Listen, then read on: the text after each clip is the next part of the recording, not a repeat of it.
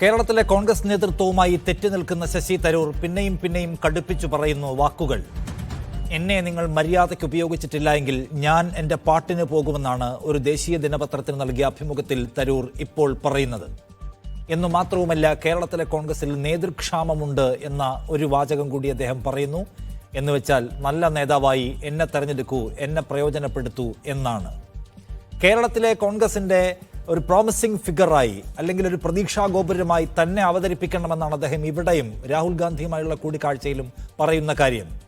കോൺഗ്രസിന് പുറത്തേക്കും തനിക്ക് വേരുകൾ ഉണ്ടെന്നും സ്വീകാര്യതയുണ്ടെന്നും അതുകൊണ്ട് എന്നെ പ്രയോജനപ്പെടുത്തണമെന്നുമുള്ള അദ്ദേഹത്തിൻ്റെ വാദത്തെ പ്രാദേശിക കോൺഗ്രസ് നേതൃത്വമോ ദേശീയ നേതൃത്വമോ അംഗീകരിച്ചിട്ടില്ല.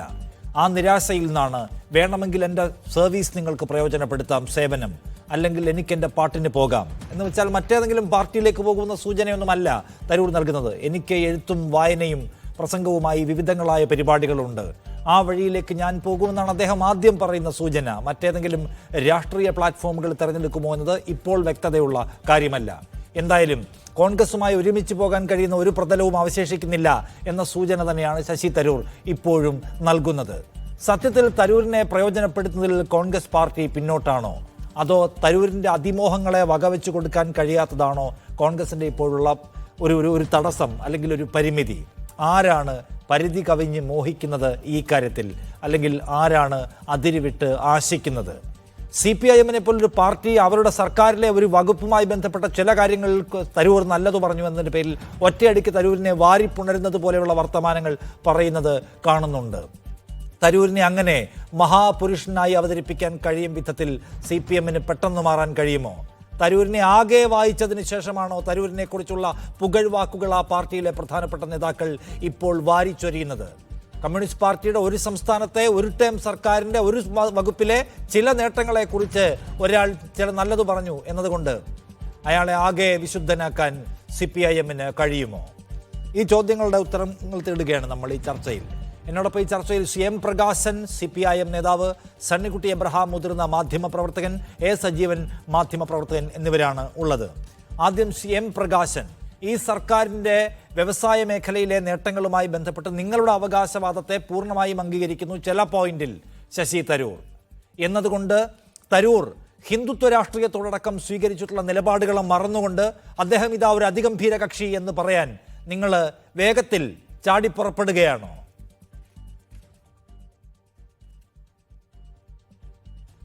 ഇതിൽ CPM ഇത്തരം വിഷയങ്ങൾ എടുക്കുന്ന നിലപാട് വളരെ വ്യക്തമാണ്.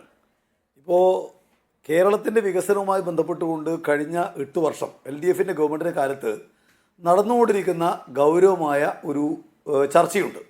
ഒരു ഭാഗത്ത് കേരളത്തിൻ്റെ വികസനത്തിനും അതുപോലെ ക്ഷേമ പ്രവർത്തനങ്ങൾക്കും മറ്റൊരു കാലത്തുമില്ലാത്ത നിലക്ക് മുന്നോട്ട് പോകാൻ കഴിയുന്നൊരു സാഹചര്യം പിണറായി വിജയൻ്റെ ഗവൺമെൻറ് കേരളത്തിൽ ഉണ്ടാക്കിയിട്ടുണ്ട്. എന്നാൽ അതിനെ ഒരു കാരണവശാലും അംഗീകരിക്കില്ല. ഈ കേരളത്തിലുള്ള അത്തരം കാര്യങ്ങളുമായി ബന്ധപ്പെട്ട വസ്തുതകളെ തന്നെ അംഗീകരിക്കില്ല. എന്ത് കാര്യം ചെയ്താലും അതിനെ എതിർക്കുകയാണ് ഞങ്ങളുടെ ഉത്തരവാദിത്വം എന്നുള്ള നിലക്കാണ് കേരളത്തിലെ പ്രതിപക്ഷം, പ്രത്യേകിച്ച് കോൺഗ്രസിൻ്റെ നേതൃത്വം ഈ കേരളത്തിൽ സ്വീകരിക്കുന്ന നിലപാട്. ഈ നിലപാട് അംഗീകരിക്കുന്ന ഒരാളല്ല പല സന്ദർഭങ്ങളിലും തരൂർ എന്നുള്ളത് അദ്ദേഹം വ്യക്തമാക്കിയിട്ടുണ്ട്.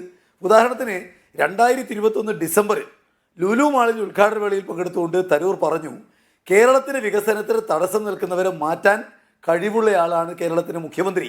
അദ്ദേഹം പറഞ്ഞ കാര്യമാണ്. കേരളയിലുമായി ബന്ധപ്പെട്ടുകൊണ്ട് കേരളത്തിനെതിരെ കേരളത്തിലെ എല്ലാ UDF MPമാരും നിവേദനം കൊടുത്തപ്പോൾ അതിൽ ഒപ്പിടാത്ത ഒരൊറ്റ MPയേ ഉള്ളൂ, അത് തരൂരായിരുന്നു.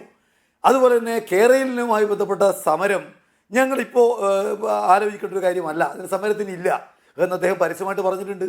അതുപോലെ തന്നെ നിങ്ങൾ കാണാൻ വേണ്ടി കഴിയും CPMൻ്റെ കഴിഞ്ഞ പാർട്ടി കോൺഗ്രസിൽ പങ്കെടുക്കുന്ന വിഷയം വന്നപ്പോൾ പങ്കെടുക്കേണ്ടതില്ല എന്നുള്ള അഭിപ്രായത്തോട് എനിക്ക് യോജിപ്പില്ലെന്ന് പരസ്യമായിട്ട് അദ്ദേഹം പറഞ്ഞിട്ടുണ്ട്. എന്ന് പറഞ്ഞാൽ അദ്ദേഹം യാഥാർത്ഥ്യത്തെ യാഥാർത്ഥ്യമായിട്ട് അംഗീകരിക്കാൻ താല്പര്യമെടുക്കുന്ന രാഷ്ട്രീയ നേതാവാണ്. പ്രതിപക്ഷത്തിന് ഉത്തരവാദിത്വം എന്താണ് എന്നതിനെ സംബന്ധിച്ച് അദ്ദേഹത്തിന് കൃത്യമായിട്ടുള്ള അഭിപ്രായമുണ്ട്. പ്രതിപക്ഷമാണ് ഇപ്പോൾ ഇന്നത്തെ പ്രസംഗത്തിൽ തന്നെ അദ്ദേഹം ഇൻ്റർവ്യൂവിൽ പറഞ്ഞിരിക്കുന്ന കാര്യം എന്താ? അദ്ദേഹം പറഞ്ഞിരിക്കുന്നത്, എനിക്ക് ബോധ്യമുള്ള കാര്യങ്ങൾ പറയേണ്ടി വരുമ്പോൾ അത് രാഷ്ട്രീയ പ്രത്യാഘാതങ്ങൾ ഞാൻ ആലോചിക്കാറില്ല. ശരി, അദ്ദേഹത്തിന് ബോധ്യമുള്ള കാര്യങ്ങൾ അദ്ദേഹം പറയുന്നു, അദ്ദേഹം ശരി പറയാൻ മടിക്കുന്ന ആളല്ല എന്നാണ് നിങ്ങളുടെ പ്രാഥമിക വാദം. ഞാൻ ചോദിക്കട്ടെ ശ്രീ പ്രകാശൻ മാസ്റ്റർ, അങ്ങനെയാണെങ്കിൽ നരേന്ദ്രമോദി കോവിഡ് കൈകാര്യം ചെയ്തതിനെ കുറിച്ച് അങ്ങനെയാണെങ്കിൽ നരേന്ദ്രമോദി കോവിഡ് കൈകാര്യം ചെയ്തതിനെ കുറിച്ച് പ്രശംസാവാചകം ചൊരിഞ്ഞിട്ടുണ്ട് തരൂർ. ഓർക്കേണ്ട ഒന്നാമത്തെ കാര്യം, രണ്ട്, സ്വച്ഛ് ഭാരത് മിഷനുമായി ബന്ധപ്പെട്ട് പ്രതിപക്ഷത്തിന്റെ നിലപാടിനപ്പുറം പോയി മോദിയെ പുകഴ്ത്തിയിട്ടുണ്ട് ശശി തരൂർ. മോദിയുടെ ഏറ്റവും അവസാനത്തെ അമേരിക്കൻ വിസിറ്റുമായി ബന്ധപ്പെട്ട് ഇന്ത്യക്ക് ഗുണപ്പെടുന്ന നിലപാട് സ്വീകരിച്ചു. ഇന്ത്യക്കുമായി ബന്ധപ്പെട്ട് ഏറ്റവും സുശക്തമായ നിലപാട് ട്രംപിനോട് പങ്കുവച്ചു അദ്ദേഹം എന്ന് പറഞ്ഞ പ്രതിപക്ഷ ചേരിയിലെ ഏക നേതാവ് ഈ തരൂരാണ്. അപ്പോൾ തരൂർ ശരി രാഷ്ട്രീയം പറയുന്ന ആളാണ് എപ്പോഴുമെങ്കിൽ മോദിയുമായി ബന്ധപ്പെട്ട് ഇദ്ദേഹം പറഞ്ഞ കാര്യങ്ങളും ശരിയാണ് എന്ന് CPM-ന് ബോധ്യമുണ്ടോ? അങ്ങനെ കരുതുന്നുണ്ടോ? നിങ്ങൾ കാര്യങ്ങളെ തലകീഴായി സ്ഥാപിക്കരുത്. ഞാൻ പറഞ്ഞത് കേരളത്തിൽ കഴിഞ്ഞ 8 കൊല്ലക്കാലമായി നടക്കുന്ന ഒരു കോൺട്രവേഴ്സി, കേരളത്തിലെ വികസന ക്ഷേമ പ്രവർത്തനങ്ങളിൽ ഒരുപാട് LDF-ന്റെ ഗവൺമെൻറ് മുന്നോട്ട് പോയി, ഒന്നും പോയിട്ടില്ല എന്ന് കോൺഗ്രസ് പറയുന്നു. ആ വിഷയത്തിൽ പിന്നെ തരൂരിൻ്റെ അഭിപ്രായം വളരെ വ്യക്തമാണ്. ഞങ്ങൾ പറയുന്നതാണ് ശരി എന്നുള്ളതാണ് അദ്ദേഹത്തിൻ്റെ അഭിപ്രായം. എന്നാൽ അദ്ദേഹം പറയുന്ന സകല കാര്യങ്ങളും ശരിയാണ്. ആ അഭിപ്രായം ഞങ്ങൾ ഒരിക്കലും പറഞ്ഞിട്ടില്ല. തരൂർ പറയുന്ന എല്ലാ അഭിപ്രായത്തോടും നിങ്ങൾക്ക് യോജിപ്പില്ല. അല്ല, എന്ന് വെച്ചാൽ സ്വന്തം പാർട്ടിയുടെ നിലപാടിനപ്പുറം പോയി വ്യക്തിപരമായ നിലപാട് എപ്പോഴും സ്വീകരിക്കാൻ മടിയൊന്നുമില്ലാത്ത ആളാണ് അദ്ദേഹം. അത് സ്വീകരിക്കപ്പെടുന്നില്ല എപ്പോഴും പാർട്ടിക്ക്. അദ്ദേഹം മോദിയെയും പുകഴ്ത്തും പിണറായി വിജയനെയും പുകഴ്ത്തും എന്നതുകൊണ്ട് അപ്പോൾ അദ്ദേഹം പ്രതിപക്ഷത്തിന്റെ പൊതുവായ പൊസിഷന് അപ്പുറം പോയി പറയുന്ന കാര്യങ്ങളെല്ലാം ശരിയാണ് എന്ന് വാദിക്കാൻ കഴിയില്ല. നിങ്ങളുടെ സർക്കാരുമായി ബന്ധപ്പെട്ട് മുന്നോട്ട് വെക്കുന്ന അവകാശവാദങ്ങൾ അദ്ദേഹം പിന്തുണച്ചു, മോദി വെക്കുന്ന അവകാശവാദങ്ങളെയും അദ്ദേഹം പിന്തുണയ്ക്കുന്നുണ്ട്. അതുകൊണ്ട് അദ്ദേഹത്തെ എങ്ങനെയാണ് കോൺഗ്രസ് ഉൾക്കൊള്ളുക? കോൺഗ്രസിന് ഒരു പൊസിഷൻ ഉണ്ടാവുമല്ലോ ഈ കാര്യത്തിൽ. പിണറായി വിജയൻ സർക്കാരിനോടൊരു പൊസിഷൻ ആ പാർട്ടിക്കുണ്ട്, മോദി ഗവൺമെന്റിനോട് ഒരു പൊസിഷനുണ്ട്. തരൂരാവട്ടെ ഈ രണ്ട് കാര്യത്തിലും പാർട്ടി നിലപാടിന് അപ്പുറം ചാടി കളിക്കുന്ന ആളാണ്. നിങ്ങളുടെ നിലപാട് എന്താണ്? അദ്ദേഹത്തെ പിണറായി വിജയനെ പുകഴ്ത്തുമ്പോൾ മാത്രം അദ്ദേഹം ശരി രാഷ്ട്രീയത്തിന്റെ ആൾ എന്ന് രേഖപ്പെടുത്തി പോകണമെന്നാണോ? അല്ല, കോൺഗ്രസ് എന്ന് പറയുന്ന രാഷ്ട്രീയ പാർട്ടിക്ക് സത്യമല്ല എന്ന് പറയുന്ന അധികാരമുണ്ടോ? 28 സ്ഥാനത്ത് ഈസ് ഓഫ് ഡൂയിങ് ബിസിനസ് ഉണ്ടായിരുന്ന സംസ്ഥാനം 1-ാം സ്ഥാനത്തേക്ക് എത്തി എന്നുള്ള കണക്ക് പറയുമ്പോൾ അത് നിഷേധിക്കാൻ അധികാരമുള്ള ഒരു പാർട്ടിയാണോ കോൺഗ്രസ്? ആ സത്യം അംഗീകരിക്കാതിരിക്കാനുള്ള അധികാരം കോൺഗ്രസിനുണ്ടോ? അതാ തരൂർ പറയുന്നത്. അത് അംഗീകരിക്കാൻ കോൺഗ്രസ് അധികാരമില്ല, കാരണം സത്യമാണല്ലോ. അതുപോലെ തന്നെ നമ്മുടെ സ്റ്റാർട്ടപ്പുകളുമായി ബന്ധപ്പെട്ട കേരളത്തിൻ്റെ വളർച്ച ആഗോള വളർച്ചയുടെ 6 ഇരട്ടിയാണ്. 46% ആഗോള വളർച്ച, കേരളത്തിൽ 254%. അത് സത്യമല്ലെന്ന് പറയാൻ എന്താ കോൺഗ്രസ് അധികാരമുള്ളത്? അത് വസ്തുതയല്ലേ? ഇവിടെ അദ്ദേഹം പറയുന്നത് ഈ വസ്തുതയെ കോൺഗ്രസ് കാണുന്നില്ല. അത് കാണണ്ടേ? അത് കാണുന്നു ഞാൻ എന്നുള്ളത് കൊണ്ട് ജനങ്ങൾ എൻ്റെ കൂടെയാണ്. അദ്ദേഹം ഇപ്പോൾ ഈ കഴിഞ്ഞ ഇൻ്റർവ്യൂവിൽ പറഞ്ഞല്ലോ, എൻ്റെ അഭിപ്രായങ്ങൾക്ക് കൂടെയാണ് ജനങ്ങൾ. എന്നാൽ പാർട്ടിക്കകത്ത് ഇതിനെതിരെ എതിർപ്പുണ്ടാവുന്നു. എതിരാളികളെ പറ്റി നല്ല അഭിപ്രായം എന്തെങ്കിലും നിങ്ങൾ പറയുന്നുവെന്ന് അവർ ചോദിക്കുന്നു. അവർ നമ്മുടെ എതിരാളികളല്ലേ, അതുകൊണ്ട് അവർ നല്ല കാര്യം ചെയ്താൽ അത് അംഗീകരിക്കാൻ പാടുണ്ടോ എന്നവർ ചോദിക്കുന്നു. അതിനോട് എനിക്ക് യോജിപ്പില്ല. എതിരാളിയായാലും നല്ല കാര്യം ചെയ്താൽ നല്ലതാണ് എന്ന് പറയാൻ ഒരു പ്രതിപക്ഷ പാർട്ടിക്ക് ബാധ്യതയുണ്ട്. ഈ നിലപാട് അദ്ദേഹം പറയുന്നത്, ആ നിലപാട് ശരിയല്ല എന്ന് കോൺഗ്രസ് പറയാൻ വേണ്ടി കഴിയുമോ? അപ്പോൾ ഇതിന് മൗലികമായിട്ട് പ്രശ്നം, കഴിഞ്ഞ 8 കൊല്ലക്കാലമായിട്ട് കോൺഗ്രസ് സ്വീകരിക്കുന്ന സമീപനം യാഥാർത്ഥ്യമായിട്ട് പൊരുത്തപ്പെടുന്നതല്ല, യാഥാർത്ഥ്യങ്ങളെ അംഗീകരിക്കുന്നതല്ല. അതല്ല പ്രതിപക്ഷ പാർട്ടി ചെയ്യേണ്ടത് എന്നുള്ളതാണ് യഥാർത്ഥത്തിൽ പ്രതിപക്ഷ പാർട്ടി. അത്രയും ഞാൻ മനസ്സിലാക്കിയിട്ട് ചോദിക്കുകയാണ്. നിങ്ങൾ പക്ഷേ വളരെ വേഗത്തിൽ ചാടിയിറങ്ങി തരൂർ മഹാനായ നേതാവാണ്, ആഗോള പൗരനാണ്, ശരി സംസാരിക്കുന്ന ആളാണെന്ന് അദ്ദേഹത്തെ സർട്ടിഫൈ ചെയ്യുമ്പോൾ അദ്ദേഹം ഹിന്ദുത്വ രാഷ്ട്രീയത്തിന്റെ പ്രയോഗ വഴികളിൽ എവിടെയൊക്കെയാണ് അതിനെ പിന്തുണച്ചത് എന്ന് കാണാം. ബാബരി മസ്ജിദ് ആദ്യം തന്നെ ഈ ന്യൂനപക്ഷക്കാർ ഒഴിഞ്ഞുകൊടുത്തിരുന്നെങ്കിൽ പ്രശ്നം ഒഴിവാക്കാമായിരുന്നല്ലോ എന്ന നിലപാട് പറഞ്ഞ ആളാണ് അദ്ദേഹം. നരേന്ദ്രമോദി ഡൊണാൾഡ് ട്രംപിനെ കണ്ടപ്പോൾ ഇന്ത്യക്ക് വേണ്ടി സധൈര്യം നിലപാട് പറഞ്ഞ ആളാണ് എന്ന വ്യാജം പറഞ്ഞ് സർട്ടിഫൈ ചെയ്ത ആളാണ് അദ്ദേഹം. കോവിൻ പോർട്ടലുമായി ബന്ധപ്പെട്ട് മോദിയെ പുകഴ്ത്തിയ ആളാണ് അദ്ദേഹം. എവിടെ ആളുകൾ മരിച്ചു വീണുകൊണ്ടിരിക്കുമ്പോൾ അദ്ദേഹം സ്വച്ഛ് ഭാരത് മിഷനുമായി ബന്ധപ്പെട്ട് നിങ്ങൾക്ക് എല്ലാവർക്കും ഉണ്ടായിരുന്ന നിലപാടിനപ്പുറം പോയി മോദിയെ പുകഴ്ത്തിയ ആളാണ്. അപ്പോൾ ഞങ്ങൾക്ക് അനുകൂലമായി ഏതോ പോയിന്റിൽ ചില വാചകം പറഞ്ഞു എന്നുകൊണ്ട് നിങ്ങൾ ചാടിയിറങ്ങി അദ്ദേഹത്തെ പുണർന്ന് സർട്ടിഫൈ ചെയ്യുന്നത് കുഴപ്പമാണ് എന്ന് നിങ്ങൾ തിരിച്ചറിയുന്നുണ്ടോ? തരൂർ ചില കാര്യങ്ങൾ പറഞ്ഞു, ഓക്കെ, പക്ഷേ ഞങ്ങൾക്ക് പിന്തുണയ്ക്കാൻ കഴിയുന്ന ആളെയല്ല തരൂർ എന്നതാണോ നിങ്ങളുടെ നിലപാട്? അതോ ഞങ്ങൾക്കിപ്പോൾ സർവാർത്ഥത്തിലും ചേർത്ത് പിടിക്കാൻ കഴിയുന്ന ആളായി തരൂർ മാറിക്കഴിഞ്ഞു എന്നങ്ങ് മനസ്സിലാക്കുകയാണോ? അല്ല, രാഷ്ട്രീയ പാർട്ടികളിൽ നിൽക്കുന്ന ആളുകൾ നിലപാടിന് മേലെ നിൽക്കുക. നിങ്ങളൊരു കാര്യം മറക്കരുത്, 4 തവണ തിരുവനന്തപുരത്ത് അദ്ദേഹം മത്സരിച്ചപ്പോഴും എതിർത്തത് ഞങ്ങളാണ്. ഞങ്ങൾ അദ്ദേഹത്തെ പൂർണ്ണമായിട്ട് അംഗീകരിക്കുന്നതുകൊണ്ടാണ് 4 തവണ അദ്ദേഹത്തെ നമ്മൾ എതിർത്തത്. നിലപാടുകൾ പ്രശ്നമാണ്. ഇപ്പോൾ KV തോമസ് അദ്ദേഹം നിലപാട് മാറ്റിയപ്പോൾ ഞങ്ങൾ അദ്ദേഹത്തെ സ്വീകരിച്ചു. അതുപോലെ തന്നെ ഡോക്ടർ സരിൻ, അദ്ദേഹം കോൺഗ്രസ് എല്ലാ നിലപാട് ശക്തമായി പറഞ്ഞ ആളല്ലേ, അദ്ദേഹം നിലപാട് മാറ്റി ഞങ്ങൾ അദ്ദേഹത്തെ സ്വീകരിച്ചു. അപ്പോൾ രാഷ്ട്രീയ നിലപാടുകൾ പ്രധാനപ്പെട്ട കാര്യമാണ്. ആ നിലപാടുകളിൽ അദ്ദേഹം കേരളത്തിന്റെ വികസനവുമായി ബന്ധപ്പെട്ട വിഷയങ്ങളിൽ അദ്ദേഹം ശരിയായ നിലപാട് സ്വീകരിക്കുന്നു. ഈ ഹിന്ദുത്വ രാഷ്ട്രീയത്തെ കൈകാര്യം ചെയ്യുന്നതിൽ, മോദി അഡ്മിനിസ്ട്രേഷനെ കൈകാര്യം ചെയ്യുന്നതിൽ അദ്ദേഹം, ഇപ്പം നോക്കൂ, നിങ്ങൾ പറയുന്നു നിങ്ങളുടെ രാഷ്ട്രീയ എതിർച്ചേരി നിൽക്കുമ്പോൾ പോലും നിങ്ങളുടെ അച്ചീവ്മെന്റ്സിനെ കുറിച്ച് അദ്ദേഹം നല്ലത് പറയുന്നു, അങ്ങനെ പറയാൻ കഴിയണം എന്നാണ്. അങ്ങനെയാണെങ്കിൽ നരേന്ദ്രമോദി സർക്കാരിന്റെ നേട്ടങ്ങളെക്കുറിച്ച് അദ്ദേഹത്തിന്റെ ബോധ്യമാണ് അദ്ദേഹം പറയുന്നത്, അതിൽ പ്രശ്നമുണ്ടോ? അല്ല, അദ്ദേഹത്തെക്കുറിച്ച് നിങ്ങളിപ്പോൾ കുറേ പറഞ്ഞുള്ള കുറേ പ്രശംസാ വാക്കുണ്ടല്ലോ. ഞങ്ങളുടെ ഒരു പാർട്ടി നേതാവും നിങ്ങളിപ്പോൾ പറഞ്ഞ പ്രശംസാ വാക്കുകൾ അദ്ദേഹത്തെക്കുറിച്ച് പറഞ്ഞിട്ടില്ല.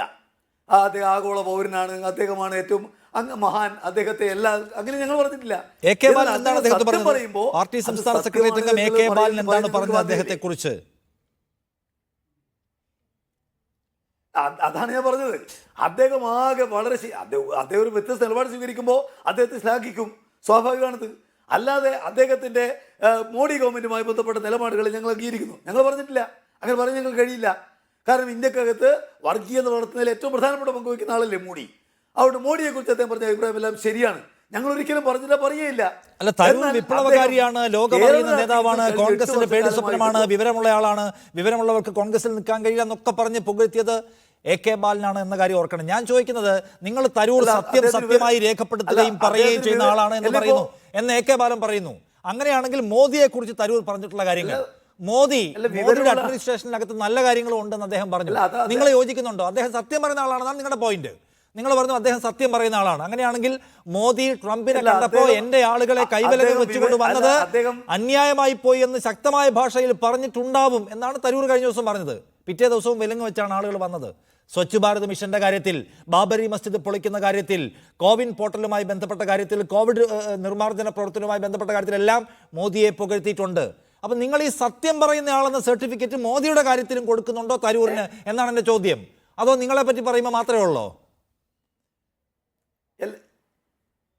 അല്ല, ഇതിൽ നിങ്ങൾ മനസ്സിലാക്കേണ്ട ഒരു കാര്യം, ഞങ്ങൾ തരൂരിൻ്റെ എല്ലാ നിലപാടുകളും ശരിയെന്ന് ഞങ്ങൾ ആര് പറഞ്ഞിരിക്കുന്നുവെന്നാണ്. ഞങ്ങൾ അങ്ങനെ നിലപാട് സ്വീകരിച്ചിട്ടേ ഇല്ല. ഞങ്ങൾ പറഞ്ഞിരിക്കുന്ന ഒരു കാര്യം, തരൂർ കഴിഞ്ഞ കുറച്ചു കാലമായിട്ട് കേരളത്തിൽ കോൺഗ്രസ് സ്വീകരിക്കുന്ന തെറ്റായ നിലപാടിൻ്റെ കൂടെയല്ല. അത് ഒരു വസ്തുതയാണ്. അദ്ദേഹം ബുദ്ധിയുള്ള ആളാണെന്ന് പറയാൻ വേണ്ടിയിട്ട് അല്ലെന്ന് പറയാൻ വേണ്ടി കഴിയുമോ? അദ്ദേഹം നല്ല ബുദ്ധിയുള്ള ആളാണെന്നുള്ള ആൾക്കറിയാതിരിക്കുന്നത്. അദ്ദേഹം യുണൈറ്റഡ് നേഷൻസിൻ്റെ പ്രധാനപ്പെട്ട ആളായിരിക്കുന്ന സമയത്താണ് കോൺഗ്രസിലേക്ക് വന്നിരിക്കുന്നത് ആർക്കറിയാതിരിക്കുന്നത്. സാർവദേശീയ രാഷ്ട്രീയവുമായിട്ട് ബന്ധപ്പെട്ട വിഷയങ്ങളിൽ ഏറ്റവും ഗൗരവമായിട്ട് അഭിപ്രായം പറയുന്ന ആളാണ് അദ്ദേഹം എന്നുള്ളത് ആർക്ക് വിശ്വസിക്കാൻ വേണ്ടി കഴിയുക? അദ്ദേഹത്തിൻ്റെ പ്രസംഗം കോൺഗ്രസിൻ്റെ മറ്റാരെക്കാളും സ്വീകരിക്കപ്പെടുന്ന പ്രസംഗമാണ് എന്നുള്ളത് ആർക്ക് നിശ്ചയിക്കാനാവുക? അപ്പോൾ അതെല്ലാം പറഞ്ഞുകൊണ്ട് തരൂർ പറഞ്ഞ് 101% അഭിപ്രായങ്ങൾ ശരിയാണ്. അങ്ങനെ ഞങ്ങൾ പറഞ്ഞിട്ടില്ല. ഞങ്ങൾ ഉള്ളതുപോലെ കാണും, ഉള്ളതുപോലെ പറയും.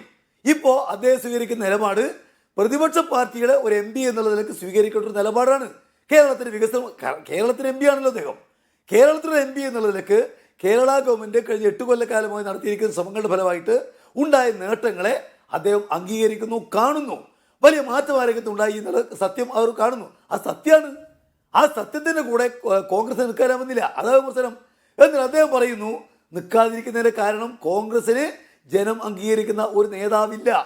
ഒരുപാട് പ്രവർത്തകന്മാർ എന്നോട് പറഞ്ഞിട്ടുണ്ട്. യുഡിഎഫിനകത്തുള്ള ധാരാളം പാർട്ടികൾക്ക് അഭിപ്രായമുണ്ട്. കോൺഗ്രസിന് ജനം അംഗീകരിക്കുന്ന എന്നൊക്കെ ഉള്ള കാര്യങ്ങൾ അദ്ദേഹം ഉന്നയിക്കുകയാണ്. സണ്ണിക്കുട്ടി അബ്രഹാം കൂടി എന്നോടൊപ്പം. സണ്ണിക്കുട്ടി അബ്രഹാം, തൻ്റെ ശേഷിക്കും തൻ്റെ സ്വീകാര്യതയ്ക്കും അപ്പുറമുള്ള അതിമോഹങ്ങൾ കൊണ്ട് നടക്കുകയും അത് പാതിയിൽ വീണ് നിരാശപ്പെട്ട് ആകപ്പാടെ ഇച്ഛാഭംഗം വന്ന ഒരാളായി നിൽക്കുന്ന തരൂരിനെയാണോ നമ്മളിപ്പോൾ കാണുന്നത്? നിഷാദ്, അതിനു മുമ്പേ ഈ പ്രകാശം മാസ്റ്റർ എന്തിനാണ് ഇങ്ങനെ ഒരു ക്ലാരിറ്റിയോടുകൂടി സംസാരിക്കാതിരിക്കുന്നതെന്ന് എനിക്ക് മനസ്സിലാകുന്നില്ല. നിങ്ങൾ ചോദിച്ചു മോദിയോടുള്ള അദ്ദേഹത്തിൻ്റെ നിലപാടിനെ CPM എങ്ങനെ കാണുന്നു അല്ലെങ്കിൽ സ്വീകരിക്കുന്നു എന്നുള്ളതാണ്. അവർക്ക് സ്വീകരിക്കാൻ എന്താ പ്രശ്നം എന്താണെന്നേ? മോദിയെ ശ്രീ ശശി തരൂർ വാഴ്ത്തുകയും പുകഴ്ത്തുകയും ചെയ്യുന്നതിനെ, അദ്ദേഹത്തെ അഭിനന്ദിക്കുന്നതിനെ എന്തിനാണ് CPM എതിർക്കുന്നത്? ഇപ്പം അവരുടെ കരട് പ്രമേയത്തിൻ്റെ വിശദാംശങ്ങൾ പുറത്തു വന്നല്ലോ. നിങ്ങൾ ഈ ചോദ്യത്തിൽ ചോദിച്ചത് ഒരു വർഗീയ കക്ഷി എന്നൊക്കെ പറഞ്ഞല്ലോ, ഈ BJPയെ കുറിച്ച് അല്ലെങ്കിൽ BJP ഭരണത്തെക്കുറിച്ച്. ഇത് ഫാസിസ്റ്റ് അല്ല ഈ സർക്കാരെന്ന് നമ്മുടെ CPM തീരുമാനിച്ചെന്നേ. അവരുടെ പ്രമേയത്തിൽ അല്ലാതെ വെറുതെ ആരെങ്കിലും പറഞ്ഞതല്ല, ആരെങ്കിലും ടെലിവിഷൻ ചർച്ചയിൽ വന്ന് പറഞ്ഞതല്ല. ഈ ഗവൺമെൻറ് ഫാസിസ്റ്റ് അല്ല എന്ന് CPM തീരുമാനിച്ചു കഴിഞ്ഞു. അത് ജനങ്ങളുടെ മുമ്പിലേക്ക് വെച്ചു കഴിഞ്ഞു. അതിന് ബദലായിട്ട് CPI അത് ഒരു ബദൽ പ്രസ്താവനയൊക്കെ ഇറക്കിയിട്ടുണ്ട്. അപ്പം പിന്നെ ഇനി ശശി തരൂർ മോദിയെ ഒന്ന് പുകഴ്ത്തുന്നതിൽ അല്ലെങ്കിൽ വാഴ്ത്തി പറയുന്നതിൽ, അദ്ദേഹത്തിൻ്റെ അമേരിക്കൻ യാത്രയെക്കുറിച്ച് നല്ലത് പറയുന്നതിൽ എന്തിനാ പ്രകാശ് മാഷക്കെന്താ ഇത്ര ബുദ്ധിമുട്ടെന്താ? അതങ്ങ് സമ്മതിച്ചുകൂടെ? അല്ലാതെ വികസനം, ഓക്കെ, വികസനത്തെ പറ്റി അദ്ദേഹം പറഞ്ഞാൽ നിങ്ങൾക്ക് സ്വീകാര്യം. പിന്നെ ഈ ഫാസിസ്റ്റ് അല്ലാത്ത ഒരു സർക്കാരിനെ, ഇന്ത്യൻ ഗവൺമെന്റിനെ ഒന്ന് പൂഴ്ത്തിപ്പോയാലേ നിങ്ങളെന്തിനാ എത്ര വലിയ ബുദ്ധിമുട്ടുന്നത്? അതുപോലെ നിഷാദ് എന്നോട് ചോദിച്ചൊരു കാര്യം, നിരാശാഭരിതനാണോ അദ്ദേഹം? എനിക്ക് അദ്ദേഹം നിരാശാഭരിതനാണോ എന്നൊന്നും എനിക്കറിഞ്ഞുകൂടാ. പക്ഷെ അദ്ദേഹത്തിൻ്റെ കൂടെയിലുണ്ടായിരുന്ന ഒരു പൂച്ച ഇപ്പോൾ പുറത്ത് ചാടിയിരിക്കുക. ഇതുവരെ നമുക്കറിയില്ലായിരുന്നു അദ്ദേഹം എന്തിനു വേണ്ടിയാണ് ഈ പടപ്പിന് ചുറ്റും തല്ലിക്കൊണ്ടിരിക്കുന്നത്, നമുക്ക് മനസ്സിലായില്ലായിരുന്നു. ഇന്ന് അദ്ദേഹം കൃത്യമായിട്ട് പറഞ്ഞു, ഇന്ന് കേരളത്തിൽ കോൺഗ്രസിനെ നയിക്കാൻ അല്ലെങ്കിൽ നാളെ UDF അധികാരം കിട്ടുകയാണെങ്കിൽ മുഖ്യമന്ത്രിയാവാൻ ഞാനല്ലാതെ മറ്റൊരു യോഗ്യൻ വേറെ ഇല്ല എന്ന് അദ്ദേഹം പറഞ്ഞു കഴിഞ്ഞു. അദ്ദേഹത്തിന് ഈ സർവേകളിൽ 1-ാം നമ്പറാണ് അത്ര, മറ്റ് നേതാക്കളെക്കാൾ മുമ്പിൽ അദ്ദേഹം നമ്പർ 1 ആയിട്ട് നിൽക്കുന്നു. ഘടകകക്ഷികൾ ആഗ്രഹിക്കുന്നു ആര്? ശശി തരൂർ UDF നയിക്കാനായിട്ട് മുന്നോട്ട് വരണമെന്ന്. അത് മാത്രമല്ല, കോൺഗ്രസിന് പുറത്തുള്ള ആളുകൾ, വോട്ടർമാർ അല്ലെങ്കിൽ മറ്റ് നിഷ്പക്ഷരായിട്ടുള്ള ആളുകൾ, അവരൊക്കെ ശശി തരൂർ വരാൻ വേണ്ടി കാത്തിരിക്കുന്നു. അദ്ദേഹത്തിന് അവരുടെ വോട്ടുകൾ കിട്ടുന്നുണ്ട്. അതേസമയം കോൺഗ്രസിലാവട്ടെ ഇവിടെ കൊള്ളാവുന്ന ഒരു നേതാവില്ല. അപ്പം ഈ ഒരു സാഹചര്യത്തിൽ അപ്പം അദ്ദേഹം പറയുന്നത് ഞാനാണ് ഇതിനെല്ലാം യോഗ്യനായിട്ടുള്ള ഒരാൾ. അപ്പം ഇതുവരെ അദ്ദേഹത്തിന് കിട്ടിയ പദവികളൊന്നും അദ്ദേഹത്തിന് തൃപ്തി ആയിട്ടില്ല എന്ന് തോന്നുന്നു. അദ്ദേഹം എവിടുന്നാണ് വന്നത്? UN അണ്ടർ സെക്രട്ടറി ജനറൽമാരിൽ ഒരാളായിരുന്നു. ഞാൻ ഇന്നവരുടെ സൈറ്റ് നോക്കിയപ്പോൾ 50-ലേറെ അണ്ടർ സെക്രട്ടറി ജനറൽമാരുണ്ട്. അദ്ദേഹത്തിൻ്റെ കാലത്ത് അത്രയും ഉണ്ടായിരുന്നോ എന്ന് എനിക്ക് അറിഞ്ഞുകൂടാ. അവരിൽ ഒരാളായിട്ട് അദ്ദേഹം ഇവിടെ വന്നു. അദ്ദേഹം കോൺഗ്രസ് രാഷ്ട്രീയത്തിലേക്ക് പ്രവേശിക്കണമെന്ന് ആഗ്രഹിച്ചു. അതിനുള്ള എല്ലാ സൗകര്യങ്ങളും ചെയ്തു കൊടുത്തു. സോണിയാഗാന്ധിയും മറ്റും, മൻമോഹൻ സിംഗ് അവരൊക്കെ ചെയ്തു കൊടുത്തു. അദ്ദേഹം 4 തവണ തിരുവനന്തപുരത്ത് നിന്ന് MP ആയി. ആദ്യത്തെ തവണ തന്നെ അദ്ദേഹത്തെ മന്ത്രിയാക്കി, വിദേശകാര്യ സഹമന്ത്രി. അദ്ദേഹത്തിന് ആ വിഷയവുമായി ബന്ധം അല്ലെങ്കിൽ പരിചയം ഉള്ളതുകൊണ്ട്. അദ്ദേഹം എങ്ങനെയാ മന്ത്രിസ്ഥാനത്തു നിന്ന് പോയത്? ഓർമ്മയുണ്ടല്ലോ, ഒരു ക്രിക്കറ്റ് ടീമിന്റെ ഫ്രാഞ്ചൈസിയുമായി ബന്ധപ്പെട്ട് ചില അഭിപ്രായ വ്യത്യാസങ്ങൾ, പ്രശ്നങ്ങൾ, ആരോപണങ്ങൾ വന്നപ്പോൾ പോയി. അതിനുശേഷം അദ്ദേഹത്തെ വീണ്ടും മന്ത്രിയാക്കി, പിന്നെ ഹ്യൂമൻ റിസോഴ്സസിന്റെ മന്ത്രിയാക്കി. ഇന്നിപ്പോൾ കോൺഗ്രസിന് അധികാരമില്ല, ആകെ 100 സീറ്റേ ഉള്ളൂ അദ്ദേഹം കോൺഗ്രസിന്. അപ്പോൾ എന്നിട്ട് അവിടെ ഏറ്റവും നല്ല ഒരു ഏറ്റവും പ്രമാണപ്പെട്ട ഒരു കമ്മിറ്റിയുടെ ചെയർമാനായിട്ട് അദ്ദേഹത്തെ വെച്ചിരിക്കുക. അത് മാത്രമല്ല, നമ്മുടെ ഒരു കാര്യം ഓർക്കണം, കോൺഗ്രസിന്റെ രീതി നമുക്കറിയാം. നെഹ്റു ഗാന്ധി ഫാമിലിയിൽ നിന്നുള്ളൊരു ആള് കോൺഗ്രസ് പ്രസിഡന്റ് സ്ഥാനത്തേക്ക് അവരുടെ നോമിനിയായിട്ട് മത്സരിക്കുമ്പോൾ അതിനെതിരായിട്ട് മത്സരിച്ച ഒരാളിനെ സാധാരണഗതിയിൽ പിന്നീട് അടുപ്പിക്കാറില്ല.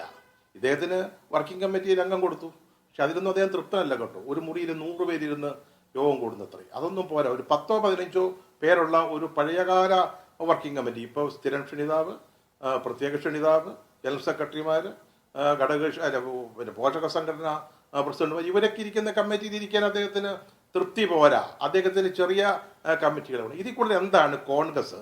ഇന്നത്തെ കോൺഗ്രസ്, അധികാരമില്ലാത്ത കോൺഗ്രസ്, ദുർബലപ്പെട്ട് നിൽക്കുന്ന ഒരു കോൺഗ്രസ്, ഈ ശശി തരൂർ എന്ന് പറയുന്ന ആളിന് എന്ത് പദവികളാണ്, എന്ത് അംഗീകാരമാണ്, അത് എന്ത് വിസിബിലിറ്റിയാണ് കൊടുക്കേണ്ടത്? ഇതിൽ കൂടുതൽ എന്താണ് കൊടുക്കേണ്ടത്? അപ്പോൾ എന്താണ് അദ്ദേഹത്തിൻ്റെ പ്രശ്നം?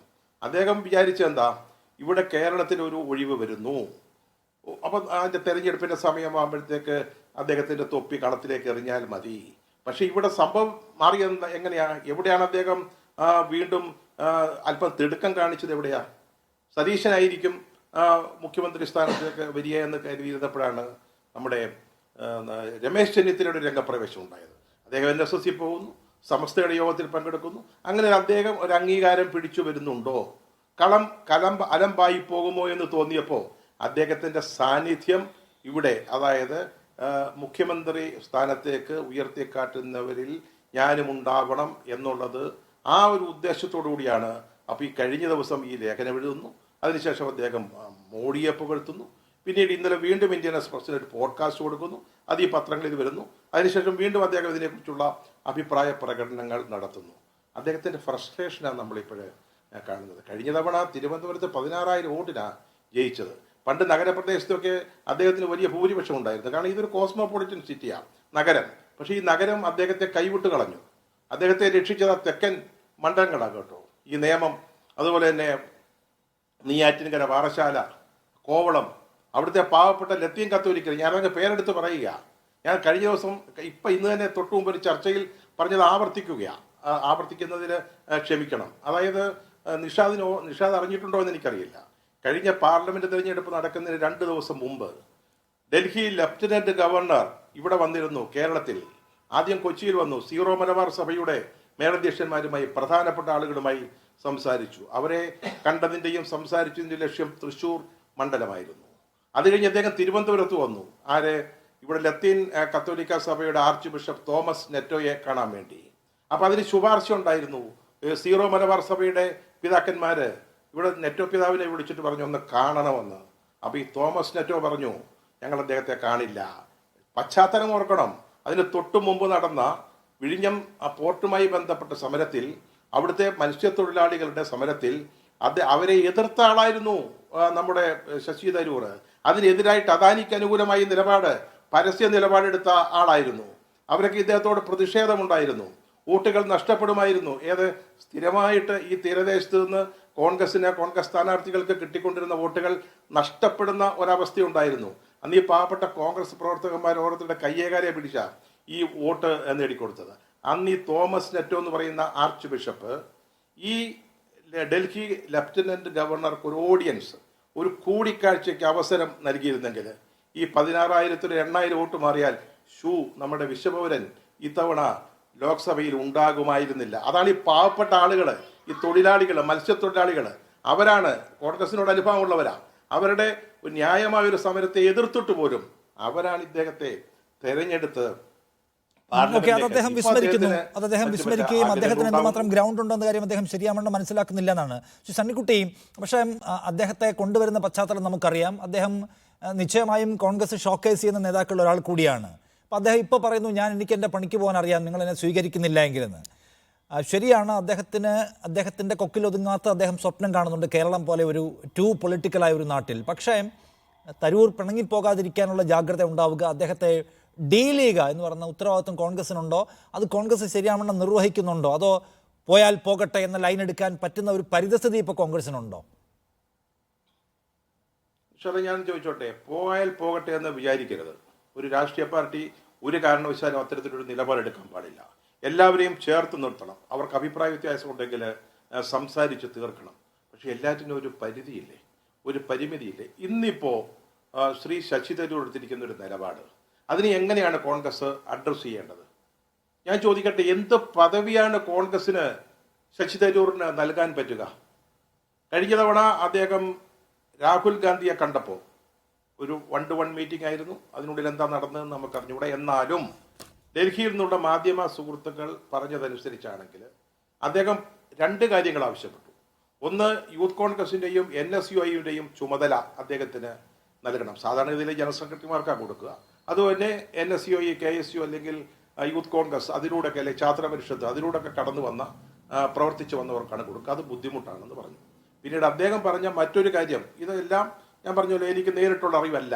മറ്റൊരു കാര്യം അദ്ദേഹം പറഞ്ഞത്, അടുത്ത നിയമസഭാ തെരഞ്ഞെടുപ്പിൽ ഒരു മുഖ്യമന്ത്രി സ്ഥാനാർത്ഥിയെ ഉയർത്തിക്കാട്ടിക്കൊണ്ട് മത്സരിക്കരുത്. അതിന് രാഹുൽ ഗാന്ധി കൃത്യമായ ഒരു മറുപടി പറഞ്ഞു എന്ന് എനിക്കറിയില്ല. കാരണം അതിന് മറുപടി ആവശ്യമില്ല. കാരണം കേരളത്തിൽ ഒരിക്കലും ഒരു മുഖ്യമന്ത്രി സ്ഥാനാർത്ഥിയെ ഉയർത്തിക്കാട്ടിക്കൊണ്ട് UDF അല്ലെങ്കിൽ കോൺഗ്രസോ പോയിട്ടില്ല. പക്ഷെ നമുക്കറിയാം ആരായിരിക്കും ജയിച്ചാൽ മുഖ്യമന്ത്രിയാവുക. അപ്പം ഈ ഒരു സാഹചര്യത്തിൽ ഇദ്ദേഹത്തെ വിട്ടുകളയരുത്. ഇദ്ദേഹത്തിന് പിന്നെ കോൺഗ്രസിന് അപ്പുറത്ത് സ്വാധീനമുണ്ട്. ചെറുപ്പക്കാരുടെ ഇടയിൽ, സ്ത്രീകളുടെ ഇടയിൽ, അതുപോലെ തന്നെ നിഷ്പക്ഷരായ ആളുകളുടെ ഇടയിൽ അദ്ദേഹത്തിൻ്റെ സ്വാധീനത്തെക്കുറിച്ചൊന്നും ഞാൻ യാതൊരു എതിരഭിപ്രായവും പറയുന്നില്ല. പക്ഷേ അല്പസ്വാധീനമുണ്ട് എന്നതിൻ്റെ പേരിൽ നന്നായി പ്രസംഗിക്കും, എഴുതും, ബുദ്ധിജീവിയാണ്, പ്രഭാഷകനാണ്, ഇതൊക്കെ ശരിയാണ്. അതിൻ്റെ പേരിൽ ഒരു പാർട്ടി, ആ പാർട്ടി എടുക്കുന്ന രാഷ്ട്രീയ നിലപാടുകളെ പരസ്യമായിട്ട് തള്ളിപ്പറയുന്ന അല്ലെങ്കിൽ അതിനെ എതിർത്ത് സംസാരിക്കുന്ന ഒരാളെ എങ്ങനെയാണ് നിങ്ങൾക്ക് വെച്ചു പൊറപ്പിക്കാൻ പറ്റുക? ഇദ്ദേഹം പറയുന്നുണ്ട് എനിക്ക് സ്വതന്ത്രമായി സംസാരിക്കാനുള്ള അവകാശമുണ്ട്, ഞാൻ വെറും ഒരു രാഷ്ട്രീയക്കാരനല്ല. അത് പറയുന്നത് ശരിയാ. അദ്ദേഹം അങ്ങനെ ഒരു 100% കോൺഗ്രസ്സുകാരനല്ല. കോൺഗ്രസ്സുകാർക്ക് അദ്ദേഹത്തെ കാണാൻ പോലും നിഷാദ് ഇവിടെ തിരുവനന്തപുരത്ത് വലിയ പ്രയാസമാണ്. എനിക്ക് നേരിട്ട് അറിയാവുന്ന കാര്യം. അങ്ങനെ അദ്ദേഹം ഒരു കോൺഗ്രസ് MP, ഒരു സാധാരണ നമ്മുടെ മറ്റേതെങ്കിലും ഒരു കോൺഗ്രസ് MP പോലൊന്നും അല്ല. അത് ഞാൻ സമ്മതിക്കുന്നു. പക്ഷേ ഇദ്ദേഹം ഒരു തവണ പറഞ്ഞ് അദ്ദേഹത്തിന് വേണമെങ്കിൽ പാർലമെന്ററി പാർട്ടി ലീഡറാകാവുന്ന അദ്ദേഹത്തെ പാർലമെന്ററി പാർട്ടി ലീഡർ ആക്കിയെന്ന് വിചാരിക്കുക ലോക്സഭയിൽ. അദ്ദേഹം അവിടെ നാളെ പ്രസംഗിക്കാൻ കിട്ടുന്ന അടുത്ത അവസരത്തിൽ എഴുന്നേറ്റ് നിന്നിട്ട് പ്രധാനമന്ത്രി മോഡിയെ വാഴ്ത്തുകയും പുകഴ്ത്തുകയും കൊണ്ടൊരു പ്രസംഗം നടത്തിയാൽ എങ്ങനെയിരിക്കും? അപ്പോൾ അദ്ദേഹത്തിന് സ്വന്തം അഭിപ്രായം പറയുകയും വേണം, അദ്ദേഹത്തിന് കോൺഗ്രസിൻ്റെ ഇതുപോലുള്ള പ്രമാണപ്പെട്ട പദവികളൊക്കെ ഇരിക്കുകയും വേണം. പക്ഷേ കോൺഗ്രസ് ചെയ്യേണ്ട ഒരു കാര്യം, എൻ്റെ ഒരു അഭിപ്രായം പറയുകയാണെങ്കിൽ, അദ്ദേഹം തീരുമാനിക്കട്ടെ. അദ്ദേഹത്തിൻ്റെ നെക്സ്റ്റ് കോഴ്സ് ഓഫ് ആക്ഷൻ എന്താണെന്നുള്ളത് അദ്ദേഹം തീരുമാനിക്കട്ടെ. അദ്ദേഹം പറഞ്ഞ എനിക്ക് മറ്റു ഓപ്ഷൻസ് ഉണ്ട്. അദ്ദേഹം പറയുന്നത് പ്രസംഗം, എഴുത്ത്, വിദേശ സഞ്ചാരങ്ങളൊക്കെയാണ്. പക്ഷെ അദ്ദേഹത്തിൻ്റെ മനസ്സിൽ മറ്റാഗ്രഹങ്ങളുണ്ടാവാം. BJP അദ്ദേഹത്തെ സ്വീകരിച്ചേക്കാം. ശരി, അപ്പൊ അത് എന്താണെന്ന് അദ്ദേഹത്തിന്റെ തീരുമാനത്തിന് വിട്ടുകൊടുക്കുകയാണ് കോൺഗ്രസ് എന്തായാലും തോന്നുന്നു ഇപ്പോഴും. അല്ല, ശ്രീ സജീവൻ, താങ്കൾക്ക് എന്താണ് തോന്നുന്നത്? ഇവിടെ നോക്കൂ, തൻ്റെ അഭിപ്രായങ്ങൾ, തൻ്റെ പാർട്ടിയുടെ നയവും നിലപാടും എന്താണ്, തൻ്റെ പാർട്ടി ഏതൊക്കെ പോയിന്റിലാണ് സ്ട്രഗിൾ ചെയ്യുന്നത് എന്നതിനെക്കുറിച്ച് ഒരു ബോധറേഷനും ഇല്ലാതെ, ഒരു ആലോചനയും ഇല്ലാതെ തൻ്റെ നയവും നിലപാടും എന്ന പേരിൽ അദ്ദേഹം ഭരണകൂടങ്ങളെ പുകഴ്ത്തുന്നതാണ് ഒരു വശത്ത് കാണുന്നത്. അങ്ങനെ ഒരാൾ, കക്ഷി രാഷ്ട്രീയത്തിൻ്റെ കളികൾ ശരിയാവണ്ണം അറിയാത്ത ഒരാൾ, ഗ്രൗണ്ട് പൊളിറ്റിക്സിനെ കുറിച്ച് കാര്യമായ ധാരണയില്ലാത്ത ഒരാൾ, അദ്ദേഹം അതിമോഹങ്ങൾ കൊണ്ട് നടക്കുകയും ഒടുക്കം ഒരു സെറ്റപ്പിനകത്ത് നിൽക്കാൻ കഴിയാതെ തനിയെ തെറിച്ചു പോകുന്നതിൻ്റെ കാഴ്ചയാണോ നമ്മൾ കാണുന്നത്? അതോ തരൂരിനെ പോലെ ഒരു ബിഗ് ഷോട്ടിനെ, ഒരു വലിയ ഒരു ടവറിംഗ് ഫിഗറിനെ വേണ്ട വിധത്തിൽ പ്രയോജനപ്പെടുത്താത്തതിൻ്റെ സ്വാഭാവിക പരിണിതിയാണോ ഈ സംഭവിക്കുന്നത്? എന്താണ് ശരിക്കും സംഭവിക്കുന്നത്? തരൂരിൻ്റെ അതിമോഹമോ അതോ കോൺഗ്രസിൻ്റെ ശേഷിക്കുറവോ? താങ്കളുടെ റീഡിംഗ് എന്താണ്?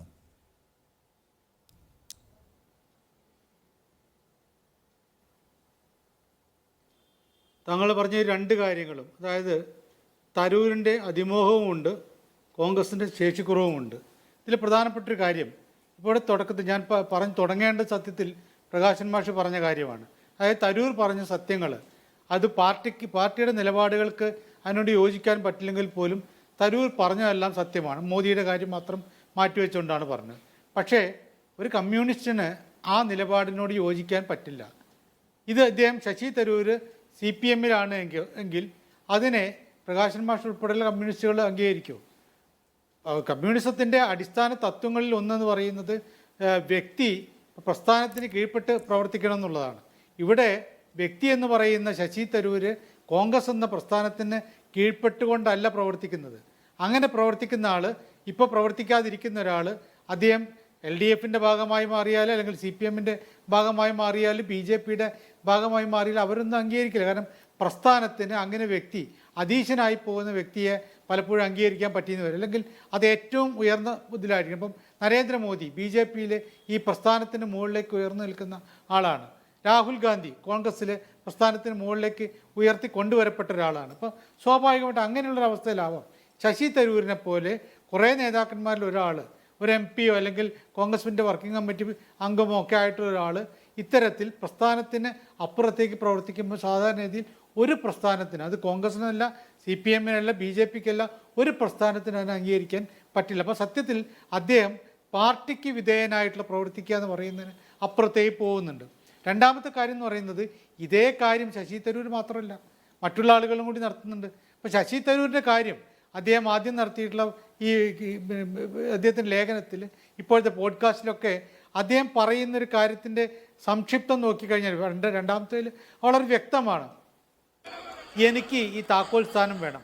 താക്കോൽ സ്ഥാനം എന്ന് പറയുന്നത് പ്രതിപക്ഷ നേതാവായാൽ പോലും അദ്ദേഹത്തിന് പറ്റില്ല. അദ്ദേഹത്തിന് മുഖ്യമന്ത്രി സ്ഥാനത്തേക്ക് വരണം. അങ്ങനെ മുഖ്യമന്ത്രി സ്ഥാനം ഞാനാണെങ്കിൽ മുഖ്യമന്ത്രി സ്ഥാനം കിട്ടാൻ അദ്ദേഹം ആ വാക്കുകൾ ഉപയോഗിച്ചില്ലെങ്കിൽ പോലും വളരെ വ്യക്തമായിട്ട് നമുക്ക് മനസ്സിലാവുന്നത്, ഞാനാണെങ്കിൽ മുഖ്യമന്ത്രി സ്ഥാനം കിട്ടാൻ, അല്ലെങ്കിൽ കോൺഗ്രസിന് UDF-ന് ഭരണം കിട്ടാൻ വളരെ എളുപ്പമാണ്. മറ്റ് ഘടകകക്ഷികൾക്ക് എന്നെ ഇഷ്ടമാണ്, ജനങ്ങൾക്ക് രാഷ്ട്രീയാതീതമായിട്ടുള്ള താല്പര്യം എന്നോടുണ്ട്.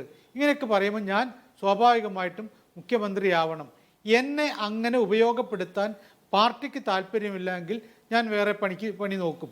എനിക്ക് വേറെ പല ജോലിയും അറിയാം. അത് എഴുത്താവാം, പ്രസംഗമാവാം, എന്തും ആവാം. ഇനി അതെല്ലാം മറ്റ് രാഷ്ട്രീയ പ്രസ്ഥാനങ്ങളിലേക്ക് പോകലാവാം. പക്ഷേ അദ്ദേഹത്തിൻ്റെ എഴുത്തിലാണെങ്കിലും ഈ പ്രസംഗത്തിലാണെങ്കിലും ഒക്കെ നടക്കും. മറ്റ് രാഷ്ട്രീയ പ്രസ്ഥാനത്തിൻ്റെ ഭാഗമായിട്ട് പോയി കഴിഞ്ഞാൽ, ഇപ്പോൾ LDF-ൻ്റെ ഭാഗമായിട്ട് അദ്ദേഹം നിൽക്കുന്ന, അദ്ദേഹം CPM-ലോ CPI-ലോ അല്ലെങ്കിൽ അവരുടെ സ്വതന്ത്രനായിട്ടോ നിന്നിട്ട്, അദ്ദേഹത്തിൻ്റെ താല്പര്യം മുഖ്യമന്ത്രി പദമാണല്ലോ, അങ്ങനെ നിന്നിട്ട് ഈ പ്രസ്ഥാനങ്ങൾക്കെതിരായിട്ട് നീക്കമാണ് നടത്തുന്നെങ്കിൽ ഒരിക്കലും അംഗീകരിക്കില്ല. ഇപ്പം അൻവറിൻ്റെ കാര്യം നമുക്കറിയാമല്ലോ.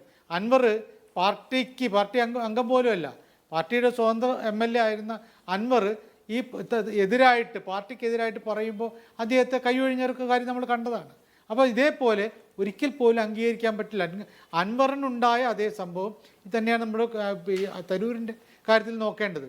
തരൂർ ഇപ്പോൾ പറഞ്ഞതിനെ ഒരു പ്രസ്ഥാനം എന്ന നിലയ്ക്ക് ഇപ്പോഴത്തെ നിലവിലുള്ള പ്രസ്ഥാനങ്ങൾക്കൊന്നും അംഗീകരിക്കാൻ പറ്റുന്നില്ല.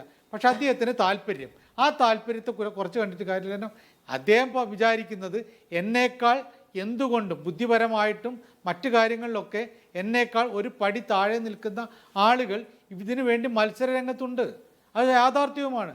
വി.ഡി. സതീശൻ മത്സരരംഗത്തുണ്ട്, രമേശ് ചെന്നിത്തല മത്സരരംഗത്തുണ്ട്, മുരളീധരനുണ്ട്, കെ.സി. വേണുഗോപാൽ ഉണ്ട്. ഇങ്ങനെ ഈ മുഖ്യമന്ത്രി പദം ആഗ്രഹിക്കുന്ന കോൺഗ്രസ്സുകാരുടെ എണ്ണം വളരെ കൂടുതലാണ്. ഇപ്പോൾ ലീഗിൻ്റെ കാര്യത്തിലാണെങ്കിൽ കഴിഞ്ഞ ഒരു യോഗത്തിൽ ഒരു സമ്മേളന മീറ്റിങ്ങിൽ സാദിഖൽ തങ്ങൾ പോലും പറഞ്ഞു മുഖ്യമന്ത്രിയാകാൻ അർഹതയുള്ള ഒരാൾ ഇവിടെ തന്നെ ഇരിക്കുന്നുണ്ടെന്ന് പറഞ്ഞു, കുഞ്ഞാലിക്കുട്ടിയെ ഉദ്ദേശിച്ചു. അപ്പോൾ ഈ സ്ഥാനത്തിന് വേണ്ടി പല ആളുകളും ആഗ്രഹിക്കുന്നുണ്ട്.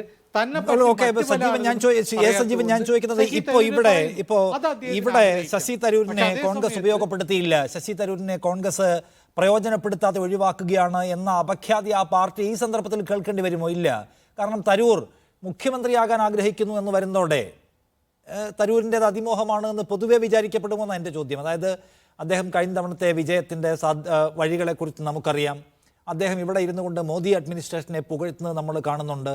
എവിടെ ഇരുന്നുകൊണ്ട് അദ്ദേഹം പിണറായി വിജയൻ്റെ ഭരണത്തെ പുകഴ്ത്തുന്നത് കാണുന്നുണ്ട്. അപ്പോൾ കോൺഗ്രസിൻ്റെയും UDFൻ്റെയും സിമ്പതൈസേഴ്സ് പോലും ഇദ്ദേഹം ഒരു മെച്ചപ്പെട്ട നേതാവ്, അദ്ദേഹത്തെ നമ്മൾ പ്രയോജനപ്പെടുത്തിയില്ലല്ലോ എന്ന നിരാശയും അതേ ചൊല്ലി നേതൃത്വമുള്ള പഴിയും ഈ ഘട്ടത്തിൽ ഉണ്ടാകുമോ? ഇല്ല. അദ്ദേഹത്തിൻ്റേത് കടന്ന മോഹമാണ്. ഇദ്ദേഹമാണോ നമ്മളെ നയിക്കുന്നത്? മോദിയെ പുകഴ്ത്തുന്ന ആൾ, പിണറായി വിജയനെ പുകഴ്ത്തുന്ന ഒരാൾ, ഇദ്ദേഹം എങ്ങനെ നമ്മളെ നയിക്കും എന്ന ക്വസ്റ്റ്യൻ അദ്ദേഹം അതിൻ്റെ സിമ്പതൈസേഴ്സിൽ ഉണ്ടാകുമല്ലോ. അതുകൊണ്ട് ഈ ഘട്ടത്തിൽ കോൺഗ്രസിൻ്റെ ഒരു പരിധി കവിഞ്ഞ് പഴി കേൾക്കേണ്ടി വരുമോ എന്ന് ചോദിക്കുക ഞാൻ.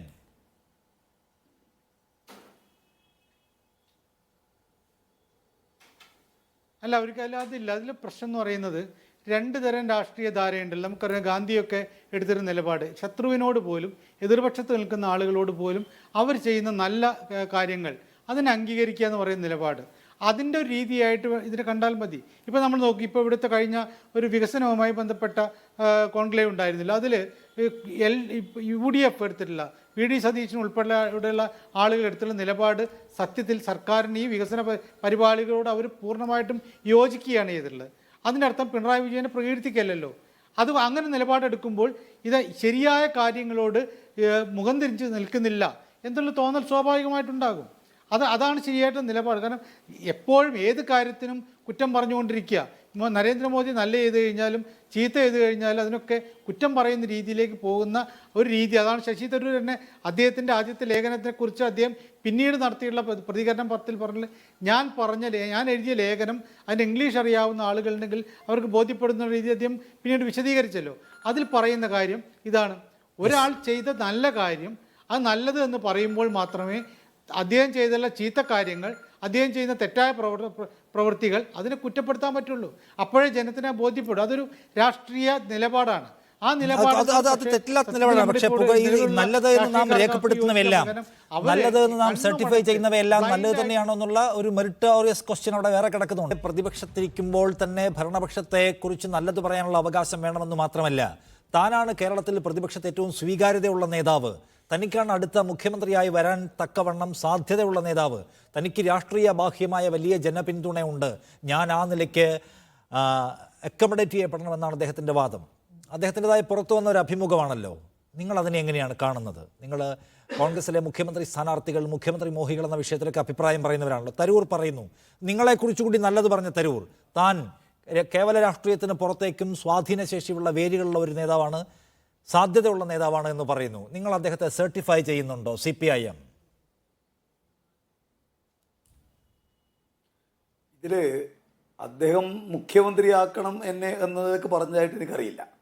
കേരളത്തിലെ കോൺഗ്രസിന് ഒരു നേതാവില്ല, അത് കോൺഗ്രസിനകത്തുള്ള ആളുകൾക്ക് അഭിപ്രായമുണ്ട്. കോൺഗ്രസിന് ഫലപ്രദമായ സംഘടനാ സംവിധാനമില്ല. അതുപോലെ തന്നെ നിലവിലുള്ള UDF പ്രവർത്തനത്തെ സംബന്ധിച്ച് ഘടകകക്ഷികൾക്ക് വ്യത്യസ്ത അഭിപ്രായമുണ്ട്. അത്രയും അദ്ദേഹം പറഞ്ഞിട്ടുണ്ട്. അദ്ദേഹം ഇത്തരം കാര്യങ്ങൾ പറയുന്നത് ആദ്യമായിട്ടല്ലെന്ന് ഞാൻ പറഞ്ഞത്. 2021 ഡിസംബറിലാണ് ലുലു മാൾ ഉദ്ഘാടന വേളയിൽ വികസന പ്രവർത്തനങ്ങളുമായി ബന്ധപ്പെട്ട തടസ്സങ്ങൾ നീക്കാൻ കരുത്തുള്ള ആളാണ് കേരളത്തിന് മുഖ്യമന്ത്രി എന്ന് അദ്ദേഹം പറഞ്ഞത് 2021. ഇവിടെ കോൺഗ്രസിൻ്റെ MPമാരാകെ കേരളയിൽ പാടില്ല എന്ന് പറഞ്ഞ് നിവേദനം കൊടുത്തപ്പോൾ അദ്ദേഹത്തിന് ഒപ്പിട്ടിട്ടില്ല. ഒപ്പിടാത്ത ഒറ്റ MP പിന്നെ ഉണ്ടായിട്ടുള്ളൂ. അതുപോലെ തന്നെ കേരളയിൽ എടുത്തിയാട് സമരം നടത്താൻ പാടില്ല എന്ന അഭിപ്രായത്തെ പരസ്യമായിട്ട് പറഞ്ഞിട്ടുണ്ട്. കഴിഞ്ഞ CPM-ന്റെ പാർട്ടി കോൺഗ്രസിൽ പങ്കെടുക്കുന്ന വിഷയത്തിൽ പങ്കെടുക്കേണ്ടതില്ല എന്നുള്ള അഭിപ്രായം എനിക്കില്ല, ഞാൻ സോണിയാഗാന്ധിയുമായിട്ട് ചർച്ച ചെയ്യട്ടെ എന്ന് അദ്ദേഹം പറഞ്ഞിട്ടുണ്ട്. അപ്പോൾ അദ്ദേഹം ആദ്യമായിട്ടുള്ള ഈ കാര്യം പറയുന്നത്. പിന്നെ ഇവിടെ ഇപ്പോൾ CPM-ലാണെങ്കിൽ ഇങ്ങനെ അഭിപ്രായം അനുവദിക്കുമോ എന്ന് ചോദ്യം ചോദിച്ചു. കോൺഗ്രസും CPM തമ്മിൽ എന്താ താരതമ്യമുള്ളത്? CPM-നകത്ത് എല്ലാ കാര്യങ്ങളും കൂട്ടായി ചർച്ച ചെയ്ത് മാത്രമേ തീരുമാനിക്കൂ. ഏതൊരു പാർട്ടി അംഗത്തിനും എന്തു കാര്യം സംബന്ധിച്ച് അഭിപ്രായം പറയാൻ പാർട്ടിക്കകത്ത് അവകാശമുണ്ട്. കോൺഗ്രസിനകത്ത് അങ്ങനെയുണ്ടോ? എത്ര കാലമായിട്ട് ഇവിടെ തെരഞ്ഞെടുപ്പ് നടന്നിട്ട് ഏത് കമ്മിറ്റിക്കകത്താണ് ആർക്കാണ് അഭിപ്രായം പറയാൻ വേണ്ടി കഴിയുക? ഇപ്പം തന്നെ ഇദ്ദേഹം പറഞ്ഞല്ലോ, ഈ പിന്നെ വർക്കിംഗ് കമ്മിറ്റി എന്ന് പറയുന്നത് ഒരു 100 ആളിരിക്കുന്ന ഒരു വലിയ വേദിയാണ്. പഴയ വർക്കിംഗ് കമ്മിറ്റി പോലെയൊന്നുമല്ല. അവിടെ ഒരു തീരുമാനവും ഗൗരവമായിട്ട് എടുക്കാറില്ലെന്ന് പറഞ്ഞല്ലോ. അല്ല, ഈ സമുദ്രമാകുന്ന വാർത്തകളോട് ചേർന്ന് കിടക്കുമ്പോൾ മാത്രമേ എനിക്ക് തിരയായി ആഞ്ഞടിക്കാൻ കഴിയുമെന്ന് കുട്ടിയെ ഓർമ്മിപ്പിച്ച വാചകം പിണറായി വിജയൻ പ്രസംഗിക്കുന്നത് നിങ്ങളുടെ പാർട്ടിയിലെ സമുന്നതനായ ഒരു നേതാവിനോടാണ്. എന്താ തെരയെ നീ അടിക്കാത്തതെന്ന് കുട്ടി ചോദിക്കുമ്പോൾ കുട്ടിയോട് തെര പറയുന്ന വാചകം ബക്കറ്റിൽ കിടക്കുമ്പോൾ എനിക്ക് ആഞ്ഞടിക്കാൻ കഴിയില്ല എന്ന്. അങ്ങനെ ഓർമ്മിപ്പിക്കേണ്ട ഒരു സാഹചര്യം ഉണ്ടെന്ന് താങ്കൾ മറന്നുപോയിട്ടില്ല. എന്റെ ചോദ്യം ഇതാണ്. അതായത് നിങ്ങൾ പറയുന്നു നല്ലതിനെ കുറിച്ച് നല്ലത് പറയണം, നല്ലതിനെ കുറിച്ച് നല്ലത് പറയാനുള്ള അവകാശവും സ്പേസും ഉണ്ടാവണം എന്നാണ് നിങ്ങളുടെ വാദം. തരൂർ പറയുന്നു ഞാനൊരു നല്ലയാളാണ്, എനിക്ക് വലിയ സ്വീകാര്യതയുണ്ട്, ഞാൻ കേരളത്തിൽ രാഷ്ട്രീയ ബാഹ്യമായ അംഗീകാരമുള്ള ആളാണ്. അത് നിങ്ങൾ പിന്തുണയ്ക്കുന്ന ഒരു പോയിന്റാണോ എന്ന് ചോദിക്കുകയാണ് ഞാൻ. അപ്പം നേതൃത്വ പ്രശ്നം ഉണ്ടെന്ന് തരൂർ പറയുന്നതാണല്ലോ നിങ്ങൾ പറയുന്നത്. അപ്പോൾ ഇതാ തരൂർ പറയുന്നു ഞാനൊരു നേതാവാണ്. അപ്പോൾ കോൺഗ്രസിലെ ഒരു നല്ല നേതാവാണ് തരൂർ, സാധ്യതയുള്ള നേതാവാണ്, പ്രതിപക്ഷത്തെ ഒരു പ്രധാന നേതാവാണ് എന്ന് നിങ്ങൾ അംഗീകരിക്കുമോ? മൗലികമായ പ്രശ്നം പ്രതിപക്ഷമാണ് എന്നുള്ളതുകൊണ്ട് കളവ് പറയാൻ അധികാരമുണ്ടോ? ഇല്ലെന്ന് തരൂർ പറയുന്നത്. സ്റ്റാർട്ടപ്പിന്റെ രംഗത്ത് കേരളം നേടിയ നേട്ടം അത് ഇല്ലെന്ന് പറഞ്ഞാൽ കളവാണ്. ശരി, ആ സത്യം പറയാൻ തരൂരിന് അവകാശമുണ്ട്. ആ സത്യത്തെ നിങ്ങൾ പിന്തുണയ്ക്കുന്നു. ആ സത്യ നിലപാടിനെ നിങ്ങൾ പിന്തുണയ്ക്കുന്നു. തരൂർ പറയുന്നു അദ്ദേഹം മാത്രമല്ല, അല്ല ഞാൻ പറയുന്നത് ആ ഉത്തരവാദിത്തം എല്ലാവർക്കും ഉണ്ട്. ഞാൻ ചോദിക്കുന്നതാണ്, നേതൃശൂന്യത അനുഭവിക്കുന്നു കോൺഗ്രസ് എന്ന തരൂരിന്റെ വാചകത്തെ നിങ്ങൾ പിന്തുണയ്ക്കുകയാണ്. നേതൃശൂന്യത അനുഭവിക്കുന്നു കോൺഗ്രസ്, നിങ്ങൾ പിന്തുണയ്ക്കുന്നു ആ വാചകത്തെ. തരൂർ പറയാൻ ശ്രമിക്കുന്നത് എന്താണ്? ആ നേതൃശൂന്യതയുടെ വാക്കുമില്ലാതാക്കാൻ കഴിവുള്ള ആൾ ഞാനൊരുത്തനാണ്. നിങ്ങൾ അതിനെ പിന്തുണയ്ക്കുന്നുണ്ടോ? അല്ല, അദ്ദേഹം അങ്ങനെ പറഞ്ഞതായിട്ട് അദ്ദേഹത്തിൻ്റെ ഇത് അഭിപ്രായം കേട്ടപ്പോൾ എനിക്ക് തോന്നിയിട്ടില്ല. ഞാനാണ് അതിലെല്ലാം പിന്നെ പറ്റുന്ന ആളുകളെന്ന് അദ്ദേഹം നിങ്ങൾ വ്യാഖ്യാനിക്കാം. നിങ്ങൾക്ക് എങ്ങനെ വ്യാഖ്യാനിക്കാം? അദ്ദേഹം അങ്ങനെ പറഞ്ഞതായിട്ട് ഞാനിത് എൻ്റെ മുമ്പിലുള്ള സാധനം അതിലങ്ങനെ കണ്ടിട്ടില്ല. പിന്നെ സണ്ണിക്കുട്ടിക്ക് ഒരു മറുപടി പറയേണ്ടതുണ്ട്. അദ്ദേഹം പറഞ്ഞു ഇവിടെ ഇപ്പോൾ ഫാസിസ്റ്റ് അല്ല ഈ ഗവൺമെൻറ് എന്ന്. ഞാൻ ചോദിക്കട്ടെ സണ്ണിക്കുട്ടിയോട്, എപ്പോഴാണ് നരേന്ദ്രമോദി ഗവൺമെൻറ് ഫാസിസ്റ്റ് ആണെന്ന് CPM പറഞ്ഞത്? ഇന്ത്യയിലെ ഏറ്റവും വലിയ ജനാധിപത്യ വിരുദ്ധ കാര്യം ചെയ്തത് സണ്ണിക്കുട്ടി പിന്തുണയ്ക്കുന്ന പ്രസ്ഥാനത്തിലെ ആളാണ്. ഇന്ദിരാഗാന്ധി തെരഞ്ഞെടുപ്പ് പോലും ഇല്ലാതാക്കിയ കാലം. അന്ന് ഞങ്ങളുടെ പാർട്ടി എത്തിയ നിഗമനം അവർ ഫാസിസ്റ്റ് ആയിട്ടില്ല എന്നാണ്, ഇന്ത്യ ഫാസിസത്തിലേക്ക് വന്നിട്ടില്ല എന്നാണ്. ഫാസിസം എന്താണെന്ന് എന്നെ സംബന്ധിച്ചാൽ ഞങ്ങൾക്കൊരു കാഴ്ചപ്പാടുണ്ട്. അതുകൊണ്ട് ഞങ്ങളെന്തോ നേരത്തെ ഫാസിസ്റ്റാണ് നരേന്ദ്രമോദി എന്ന് പറഞ്ഞു, ഇപ്പോൾ ഫാസിസ്റ്റ് അല്ല എന്ന് പറയുന്നു. അങ്ങനെ വ്യാഖ്യാനിക്കരുത്. ഞങ്ങൾ ഇന്ത്യ ഫാസിസത്തിലേക്ക് പോയി എന്ന് ഒരു കാലത്തും അംഗീകരിച്ചിട്ടില്ല. ഇപ്പോൾ ഇനി എന്ത് നയം വേണമെന്നുള്ളത് ഞങ്ങൾ ചർച്ച ചെയ്തിരിക്കുന്നേ ഉള്ളൂ. ഇവിടെ മൗലികമായിട്ട് ചോദ്യം യഥാർത്ഥത്തിൽ കോൺഗ്രസിൻ്റെ ആളുകൾ പറയുന്ന കാര്യമോ അല്ല ഇദ്ദേഹം പറയുന്ന കാര്യമോ ഏതാണ് കേരളത്തെ സംബന്ധിച്ച് സത്യം? അത് സത്യം ഈ പറയുന്ന തരൂർ പറയുന്ന കാര്യമാണ്. വികസനവുമായി ബന്ധപ്പെട്ട് തരൂരിൻ്റെതാണ് സത്യം, പ്രതിപക്ഷ നേതാവ് പറയുന്നത് സത്യമല്ല. കണക്കുകൾ വെച്ചുകൊണ്ട് പറയുമ്പോൾ തരൂർ പറയുന്നതാണ് സത്യം, പ്രതിപക്ഷ നേതാവ് പറയുന്നതല്ല സത്യം. അപ്പം അതുകൊണ്ട് ഇവിടെ കേരളത്തിൻ്റെ വികസനം, കേരള ഗവൺമെൻറ് ജനക്ഷേമ പ്രവർത്തനങ്ങൾ, ഇതിൽ സത്യത്തോട് നീതി പുലർത്താൻ ബാധ്യതയുണ്ട് ഒരു രാഷ്ട്രീയ പാർട്ടിക്ക് എന്ന കാര്യമാണ് അദ്ദേഹം പറയുന്നത്. ഇപ്പോൾ അദ്ദേഹം പറഞ്ഞല്ലോ എതിരാളികളെ പറ്റിയിട്ട് നല്ല അഭിപ്രായം പറയാൻ പാടില്ല എന്ന് എൻ്റെ പാർട്ടിക്കാർ എന്നോട് പറയുന്നു. ഇത് ശരിയല്ല എന്നാണ് എൻ്റെ അഭിപ്രായം. അദ്ദേഹം പറഞ്ഞു എനിക്ക് ബോധ്യമുള്ള കാര്യങ്ങൾ പറയേണ്ടി വരുമ്പോൾ അതിന് രാഷ്ട്രീയ പ്രത്യാഘാതം എന്താണെന്ന് ആലോചിക്കാതെ അഭിപ്രായം പറയാൻ എനിക്ക് അവകാശമുണ്ട്. അത് ജനങ്ങൾ അംഗീകരിക്കുന്നുണ്ട്, ജനങ്ങൾ എൻ്റെ കൂടെയുണ്ട്. പക്ഷേ പാർട്ടിക്കാർ അങ്ങനെ പറയാൻ പാടില്ല എന്ന് പറയാൻ എതിരാളികളെ കുറിച്ച് സാധാരണ നല്ല അഭിപ്രായങ്ങൾ ഇടയ്ക്കിടെ പറഞ്ഞു പോകുന്ന ഒരു പാർട്ടിയാണോ നിങ്ങൾ? അത് നിങ്ങൾ ആലോചിക്കണ്ടേ? എതിരാളികളെ കുറിച്ച് നല്ല അഭിപ്രായം പറയാൻ സർവ്വതാ നിങ്ങൾ നരേന്ദ്രമോദിയെ കുറിച്ച് ഇടക്കാലത്ത് പറഞ്ഞ ഒരു നല്ല അഭിപ്രായം ഉണ്ടോ? വി.ഡി. സതീശനെ കുറിച്ച് പറഞ്ഞ ഒരു നല്ല അഭിപ്രായം ഉണ്ടോ? പിന്നെന്താ? തീർച്ചയായിട്ടും എന്താ വി.ഡി. സതീശൻ പറഞ്ഞ ഏത് നല്ല. ഇപ്പോൾ അദ്ദേഹത്തെ മിനിഞ്ഞാന്ന് അദ്ദേഹം ഇപ്പോൾ വന്ന് പ്രസംഗം നടത്തിയതിനെ സംബന്ധിച്ച് ഞങ്ങളുടെ അഭിപ്രായം എന്താ? സത്യമായ കാര്യം പറഞ്ഞിരിക്കുന്നു. 1.5 ലക്ഷം കോടിയുടെ നിക്ഷേപ മന്ത്രിനെ അദ്ദേഹം അംഗീകരിക്കുന്നു. ഞങ്ങളതിനെ അംഗീകരിച്ചിട്ടുണ്ടല്ലോ. സത്യം പറഞ്ഞാൽ എന്താ അംഗീകരിക്കാതിരിക്കാൻ എങ്ങനെ സാധിക്കുന്നേ? സത്യമായിട്ടുള്ള കാര്യങ്ങൾ അംഗീകരിക്കാതെ എങ്ങനെ പോകാൻ കഴിയും? നിങ്ങൾ സത്യം അംഗീകരിക്കുന്നത് നോക്കിയിട്ടല്ല സത്യം നിൽക്കുക. സത്യം ശരി. സത്യമാണ്. ശരി, നിങ്ങൾ ശരി. അംഗീകരിച്ചാലും ഇല്ലെങ്കിലും അല്ല, അങ്ങനെയല്ല startup ചോദിക്കുന്നത്. ഒരു ഇന്ത്യയിൽ ഒരു ഏറ്റവും മെച്ചപ്പെടുന്നത് കേരളമാണ്. സത്യം അല്ല ഒരു നിങ്ങൾ അംഗീകരിക്കില്ല. ഞാൻ ഒരു അച്ചീവ്മെന്റിനെ കുറിച്ചാണ് ചോദിക്കുന്നത്. അപ്പോട്ടെ ശരി, സണ്ണിക്കുട്ടി അബ്രഹാം, ശശി തരൂർ എനിക്ക് വേറെ പണിയുണ്ടെന്ന് പറയുമ്പോൾ അദ്ദേഹം പ്രസംഗത്തെക്കുറിച്ചും എഴുത്തിനെക്കുറിച്ചൊക്കെയാണ് പറയുന്നത്. അതിനപ്പുറം പോയി അദ്ദേഹത്തിന് രാഷ്ട്രീയമായ മോഹങ്ങളുണ്ടെന്ന് നമുക്കറിയാം. ആ മോഹത്തിന് വേണ്ടിയാണ് അദ്ദേഹം ഈ ഫൈറ്റ് ചെയ്യുന്നത് പോലും. BJP-യിലേക്ക് പോവുക തരൂരിനെ സംബന്ധിച്ച് എളുപ്പമായിരിക്കുമോ? ഞാൻ താങ്കളുടെ ഒരു ഊഹമോ അല്ലെങ്കിൽ ഒരു അസസ്മെൻറ്റോ അനാലിസിസോ ഒക്കെ ചോദിക്കുകയാണ്. അതായത് തരൂർ വൈ.ആം. എ ഹിന്ദു എന്നൊക്കെയുള്ള പുസ്തകം എഴുതിയിട്ടുള്ള ഒരു ശരിയായ ഹിന്ദു മതവിശ്വാസിയും ഹിന്ദുത്വ പൊളിറ്റിക്സും തമ്മിലുള്ള അകലം എത്രയാണ്, എന്തുകൊണ്ടൊരു ഹിന്ദു വിശ്വാസിക്ക് ഹിന്ദുത്വമാകാൻ കഴിയില്ല എന്നൊക്കെയുള്ള സമർത്ഥിക്കാൻ ശ്രമിച്ചിട്ടുള്ള ഒരാളും നിശിതമായ ഒരു വശത്തുകൂടി നിശിതമായി മോദി അഡ്മിനിസ്ട്രേഷനെയും മോദിയുടെ രാഷ്ട്രീയത്തെയും വിമർശിക്കുക കൂടി ചെയ്തിട്ടുള്ള ഒരാൾ കൂടിയാണ്. അദ്ദേഹത്തിന് പോവുക എളുപ്പമായിരിക്കുമോ? അല്ലെങ്കിൽ അദ്ദേഹത്തിൻ്റെ സ്വാഭാവികമായ ഒരു ചോയ്സ് എന്തായിരിക്കും എന്നാണ് താങ്കൾക്ക് തോന്നുന്നത്, അദ്ദേഹം ഇറങ്ങി വേറൊരിടത്തേക്ക് പോവുകയാണെങ്കിൽ? അല്ല, അതിനു മുമ്പ് പ്രകാശം മാസ്റ്റർ, ഞാൻ അവരുടെ പ്രമേയത്തിലെ കാര്യം പറഞ്ഞ ഫാസിസ്റ്റ് അല്ല എന്ന് തീരുമാനിച്ചു എന്നുള്ളത്. പക്ഷേ ഈ പ്രകാശം മാസ്റ്റർ എനിക്ക് നിയമസഭാ അംഗം എന്നുള്ളതിൽ നന്നായിട്ട് അറിയാം. എനിക്ക് വലിയ അടുപ്പവും സ്നേഹവും ഉള്ളവരാണ്. നന്നായിട്ട് രാഷ്ട്രീയം സംസാരിക്കുന്ന ആളാണ് ചർച്ചകളിലൊക്കെ. പക്ഷേ ഈ ഇന്നലെ, അതായത് ഈ ഇന്ത്യൻ എക്സ്പ്രസിൻ്റെ പോഡ്കാസ്റ്റിൽ ശശി തരൂർ പറഞ്ഞ കാര്യങ്ങൾ മുഴുവൻ അദ്ദേഹം വായിച്ചതുമാണ്. എന്നിട്ടും അദ്ദേഹം ആഗ്രഹിക്കുന്നത് കേരളത്തിലെ മുഖ്യമന്ത്രിയാവാനാണ്. അതിലേക്ക് എന്നെ പിന്നെ കോൺഗ്രസ് ഉയർത്തിക്കൊണ്ടുവരണം എന്നാണ് അദ്ദേഹം പറഞ്ഞതിൻ്റെ അർത്ഥമെന്ന് പ്രകാശം മാസ്റ്റർക്ക് മനസ്സിലായില്ലെങ്കിൽ എനിക്ക് അത്ഭുതം. ഞാൻ പണ്ട് പരിചയപ്പെട്ട പ്രകാശം മാസ്റ്റർ അല്ല ഇപ്പോഴത്തേന്ന് എനിക്ക് പറയേണ്ടി വരും. ഞാനൊരൊറ്റ കാര്യമേ ചോദിക്കുന്നുള്ളൂ, അത് നിഷാദ് ചോദിച്ചതിൻ്റെ ഒരു മറുവശമാണ്. അതായത് പ്രകാശം മാസ്റ്റർ, നിങ്ങളുടെ പാർട്ടി UDF-ന്റെ മുഖ്യമന്ത്രി സ്ഥാനാർത്ഥിയായിട്ട് ശശി തരൂർ വരുന്നതിനോട് എങ്ങനെയാണ് നിങ്ങളുടെ അഭിപ്രായം എന്നുള്ളത് അതിന് അടുത്ത ഒരു അവസരം കിട്ടുമ്പോൾ പറയണം. അതുപോലെ തന്നെ താങ്കളുടെ പാർട്ടിയിൽപ്പെട്ട പ്രകാശം മാസ്റ്റർ തന്നെ വിചാരിച്ചു, പ്രകാശം മാസ്റ്റർ നാളെ UDF-നെ അല്ലെങ്കിൽ സതീശനെ അല്ലെങ്കിൽ മറ്റേതെങ്കിലും കോൺഗ്രസ് നേതാക്കളെ, രാഹുൽ ഗാന്ധിയെ പ്രശംസിച്ചുകൊണ്ട് പരസ്യമായിട്ട് രംഗത്ത് വന്നാൽ നിങ്ങളുടെ പാർട്ടി എങ്ങനെ ആയിരിക്കും അതിനെ കാണുക? പ്രകാശം മാസ്റ്ററുടെ കേരളിൻ്റെ കാര്യം പറഞ്ഞല്ലോ. മാസ്റ്ററെ, കേരളിൻ്റെ കാര്യത്തിൽ കോൺഗ്രസും UDF-ഉം ഒരു തീരുമാനം എടുത്തിട്ടുണ്ടെങ്കിൽ, അത് ശരിയോ തെറ്റോ, എടുത്തിട്ടുണ്ടെങ്കിൽ കോൺഗ്രസിൻ്റെ സ്ഥാനാർത്ഥിയായിട്ട് തിരുവനന്തപുരത്ത് നിന്ന് ജയിച്ച് MP ആയ 4ാം തവണ MP ആയ നമ്മുടെ ശശി തരൂർ അതിൻ്റെ കൂടെ തന്നെ നിൽക്കണം. എന്താ സംശയം?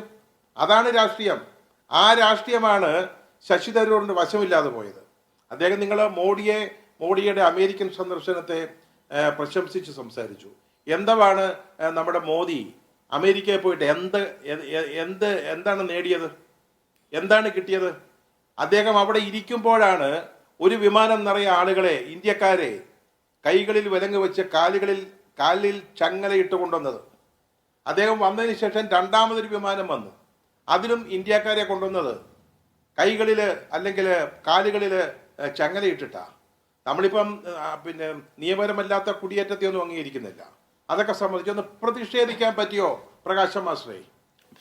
നിങ്ങൾ ഈ മോഡിയുടെ പിന്നെ വിദേശ സഞ്ചാരത്തിന്റെ നേട്ടങ്ങളാണല്ലോ പറഞ്ഞത്. എന്നിട്ടെന്താ അദ്ദേഹം കച്ചവടവുമായി വാണിജ്യവുമായി ബന്ധപ്പെട്ട കാര്യങ്ങൾ പറഞ്ഞത്? നിങ്ങൾ താരിഫിന്റെ കാര്യത്തിൽ ഞങ്ങളുടെ പക്കൽ നിന്ന് ഒരു സൗജന്യവും പ്രതീക്ഷിക്കേണ്ട എന്നാ പറഞ്ഞത്. നിങ്ങൾ ഞങ്ങളുടെ സ്വതന്ത്ര രാജ്യമൊക്കെ, സഖ്യ രാജ്യമൊക്കെയാ, പക്ഷേ വാണിജ്യ കാര്യത്തിൽ നിങ്ങൾ ഞങ്ങളുടെ സഖ്യരാജ്യമല്ല എന്നാണ് പറഞ്ഞത്. എന്ത് നേട്ടമാണ് പിന്നെ ഇദ്ദേഹത്തിൻ്റെ, നമ്മുടെ മോദിയുടെ അമേരിക്കൻ സന്ദർശനം കൊണ്ടുണ്ടായതെന്ന് നമ്മൾ മറക്കരുത്. അതിനെ പുകഴ്ത്തുമ്പോൾ കോൺഗ്രസിന് അത് അംഗീകരിക്കാൻ പറ്റത്തില്ല. ദേശീയ തലത്തിലുള്ള കോൺഗ്രസിനും കേരളത്തിലെ കോൺഗ്രസിനും അത് അംഗീകരിക്കാൻ പറ്റില്ല. നിങ്ങൾ ഈ കേരളത്തിൽ ഈസ് ഓഫ് ഡൂയിങ് തിങ്സ് ഉണ്ടാക്കിയതിൻ്റെ 1ാം റാങ്ക് പറഞ്ഞു. അങ്ങനെ ഒരു റാങ്ക് തന്നെ ഇല്ലെന്നാണ് ഇപ്പോൾ പിന്നെ വിവരാവകാശ നിയമം അനുസരിച്ച് പറയുന്നത്. 3,46,000 പുതിയ സംരംഭങ്ങൾ വന്നെന്ന്. ഉദ്യമം എന്ന് പറയുന്ന ഒരു സ്കീം പുതുതായിട്ട് കൊണ്ടുവന്നപ്പോൾ പഴയകാലത്തെ മുഴുവൻ വ്യവസായ സംരംഭങ്ങളും സ്ഥാപനങ്ങളും അതനുസരിച്ച് രജിസ്റ്റർ ചെയ്യേണ്ടി വന്നു. ആ കണക്കാണ് ഈ 3,46,000 എന്ന് പറയുന്നത്. നിങ്ങൾ കൊടുത്ത ഈ കണക്കനുസരിച്ചിട്ട് അദ്ദേഹം നിങ്ങളെ പുകഴ്ത്തിക്കൊണ്ട് ലേഖനം എഴുതിയാൽ ഇവിടുത്തെ കോൺഗ്രസ്സുകാർ അത് അംഗീകരിക്കത്തില്ല പ്രകാശം മാസ്റ്ററെ. അതാണ് വസ്തുത. ഇപ്പൊ എന്താണ് ഇവിടെ പിന്നെ നിഷാദ് ചോദിച്ച ഒരു ചോദ്യം, എന്താണ് അദ്ദേഹത്തിന്റെ മുമ്പിലുള്ള ഒരു ഓപ്ഷൻ എന്നുള്ളത്? അദ്ദേഹം പറഞ്ഞു എനിക്ക് വേറെ ഒത്തിരി ഓപ്ഷൻസ് ഉണ്ടെന്ന് പറഞ്ഞത് എഴുത്തിനെ പറ്റിയും പ്രസംഗത്തെ പറ്റിയും വിദേശത്ത് പോയി പ്രഭാഷണങ്ങളൊക്കെ നടത്തുന്നതിനെ കുറിച്ചൊക്കെയാണ്. അതൊന്നും ആയിരിക്കില്ലല്ലോ അദ്ദേഹം ഉദ്ദേശിക്കുന്നത്. അദ്ദേഹം ഒരു രാഷ്ട്രീയക്കാരനാണ്, ആ വേഷം കെട്ടിക്കഴിഞ്ഞു. 4 തവണ MP ആയി, 2 തവണ മന്ത്രിയായി. അപ്പോൾ അദ്ദേഹത്തിന് സ്വാഭാവികമായിട്ടും ആഗ്രഹങ്ങളുണ്ടാവും. നിഷാദ് ഇപ്പോൾ അദ്ദേഹത്തിൻ്റെ ഹിന്ദുയിസത്തെക്കുറിച്ചുള്ള പുസ്തകം പറഞ്ഞല്ലോ, ഞാനത് വായിച്ചതാ. ആ നിലപാടുമായിട്ട് എന്നാൽ BJPക്ക് അങ്ങോട്ട് സ്വീകരിക്കാൻ പറ്റുമോ? അദ്ദേഹത്തിൻ്റെ ഹിന്ദുത്വത്തെക്കുറിച്ചുള്ള നിലപാട് BJPയുമായി ചേർന്ന് പോകുന്നതാണോ? എനിക്ക് സംശയമുണ്ട്. ഞാൻ വായിച്ചിരുന്നെന്ന് അങ്ങനെയല്ല ഞാൻ മനസ്സിലാക്കിയിട്ടുള്ളത്. പക്ഷേ BJP ആണ് ആരെ കിട്ടിയാലും എടുക്കും. ശശി തരൂരിനെ കിട്ടിയാൽ യാതൊരു പ്രയാസവുമില്ല എടുക്കും. AK ആന്റണിയുടെ മകനെ സ്വീകരിച്ച പാർട്ടിയാണ്, അതിന് ദേശീയ സെക്രട്ടറിയാക്കിയ പാർട്ടിയാണ്. പാർട്ടി സംഘടനാ പ്രവർത്തനവുമായിട്ട് യാതൊരു ബന്ധവുമില്ലാത്ത ഒരു ചെറുപ്പക്കാരനെ ദേശീയ സെക്രട്ടറി ആയിട്ട് എടുത്ത പാർട്ടി. അവർക്ക് ലാഭമാണ്, പൊളിറ്റിക്കൽ ലാഭം, അതാണ് നോക്കുന്നത്. ഒരു പക്ഷേ നിഷാദെ അദ്ദേഹം നാളെ കോൺഗ്രസുമായി കലമ്പി അല്ലെങ്കിൽ തർക്കിച്ച് അത് MP സ്ഥാനം രാജിവെക്കുന്നു എന്ന് വിചാരിക്കുക. വേണമെങ്കിൽ അദ്ദേഹത്തിന് തുടരാൻ പറ്റത്തില്ല. രാജിവെച്ചാൽ കൂറുമാറ്റ നിയമപ്രകാരം അദ്ദേഹത്തിൻ്റെ സ്ഥാനം നഷ്ടപ്പെടും. അത് പൊയ്ക്കോട്ടെ എന്ന് വിചാരിച്ചാൽ ഇന്ത്യയിലെ ഏതെങ്കിലും ഒരു സംസ്ഥാനത്തു നിന്ന് അദ്ദേഹത്തെ വേണമെങ്കിൽ രാജ്യസഭയിലേക്ക് കൊണ്ടുവരാം. എത്ര സംസ്ഥാനങ്ങളിൽ അവർക്ക് ഭൂരിപക്ഷമുണ്ട്? ഒരു 2 വർഷം കൂടുമ്പോൾ നടക്കുന്ന ഒരു തെരഞ്ഞെടുപ്പിൽ അദ്ദേഹത്തെ കൊണ്ടുവരാം. അദ്ദേഹത്തിനെ ശശി തരൂർ ഇന്നയിടത്തേക്ക് പോയിക്കൂടാ എന്നൊന്നും ശ്രമിക്കാൻ കഴിയാത്ത സാഹചര്യമുണ്ട്. തരൂർ ഇതുവരെ പറഞ്ഞ പല വാചകങ്ങളും ചെയ്യാവുന്ന ഒരു കാര്യമുണ്ട്. അപ്പോൾ എന്താ, ഇവിടെ തിരുവനന്തപുരത്ത് രാജീവ് ചന്ദ്രശേഖരനെ മത്സരിപ്പിച്ച് ജയിപ്പിക്കാൻ അവർക്ക് ശ്രമിക്കാം. അങ്ങനെ ഒരു സാഹചര്യം ഉണ്ടാകുമ്പോൾ ഈ CPM ഒക്കെ ഏത് നിലപാടെടുക്കും? തരൂരിനെ പോലുള്ള അടച്ച് പിന്തുണയ്ക്കുമ്പോൾ തരൂർ ഉണ്ടാക്കി വെച്ച അപകടങ്ങളെക്കുറിച്ചും ഉണ്ടാക്കാൻ പോകുന്ന അപകടങ്ങളെക്കുറിച്ചും CPM രാഷ്ട്രീയമായ ജാഗ്രത കാണിക്കുന്നുണ്ടോ എന്നാണ്. ഇപ്പം ശ്രീ സജീവൻ തരൂര് വ്യവസായ വളർച്ചയെക്കുറിച്ച് ചില സത്യങ്ങൾ പറഞ്ഞിരിക്കുന്നു. അതിൻ്റെ പേരിൽ തരൂരിനെ വേട്ടയാടുന്ന നെഗറ്റീവ് ഒരു വശത്ത് ഉണ്ടാക്കാൻ CPM പറ്റിയല്ലോ. അതിനകത്തൊരു സ്ട്രാറ്റജിക് ആയിട്ടുള്ള മിസ്റ്റേക്ക് കോൺഗ്രസിന് പറ്റിയോ? തരൂർ സത്യത്തിൽ സംഘടനയുടെ ഒരു മിഷനറിക്ക് അകത്തൂടെ പോകുന്ന ആളല്ല. അദ്ദേഹം സമാന്തരമായി സഞ്ചരിക്കുന്ന ഒരാളാണ്. അദ്ദേഹം എന്തൊക്കെയോ അഭിപ്രായങ്ങൾ പറഞ്ഞു, ഏതോ ലേഖനം എഴുതി. അതിനെ ഒരു ഉന്നതമായ തലത്തിൽ അവഗണിക്കുക എന്നതിന് പകരം അനാവശ്യമായി അദ്ദേഹം പറഞ്ഞ കണക്കുകളെ മുഴുവൻ കൗണ്ടർ ചെയ്യുക, അദ്ദേഹത്തെ തിരുത്തിക്കാൻ ശ്രമിക്കുക, അദ്ദേഹത്തിന് മേലെ സമ്മർദ്ദം ഉണ്ടാക്കുക, വേണ്ടാത്ത ഒരു എക്സസൈസ് നടത്തി സത്യത്തിൽ കോൺഗ്രസ് ഒരു സംഗതിയെ പരിധി കവിഞ്ഞ് വലുതാക്കിയോ? അദ്ദേഹത്തെ അവഗണിക്കുകയായിരുന്നോ ഒരു നല്ല സ്ട്രാറ്റജി?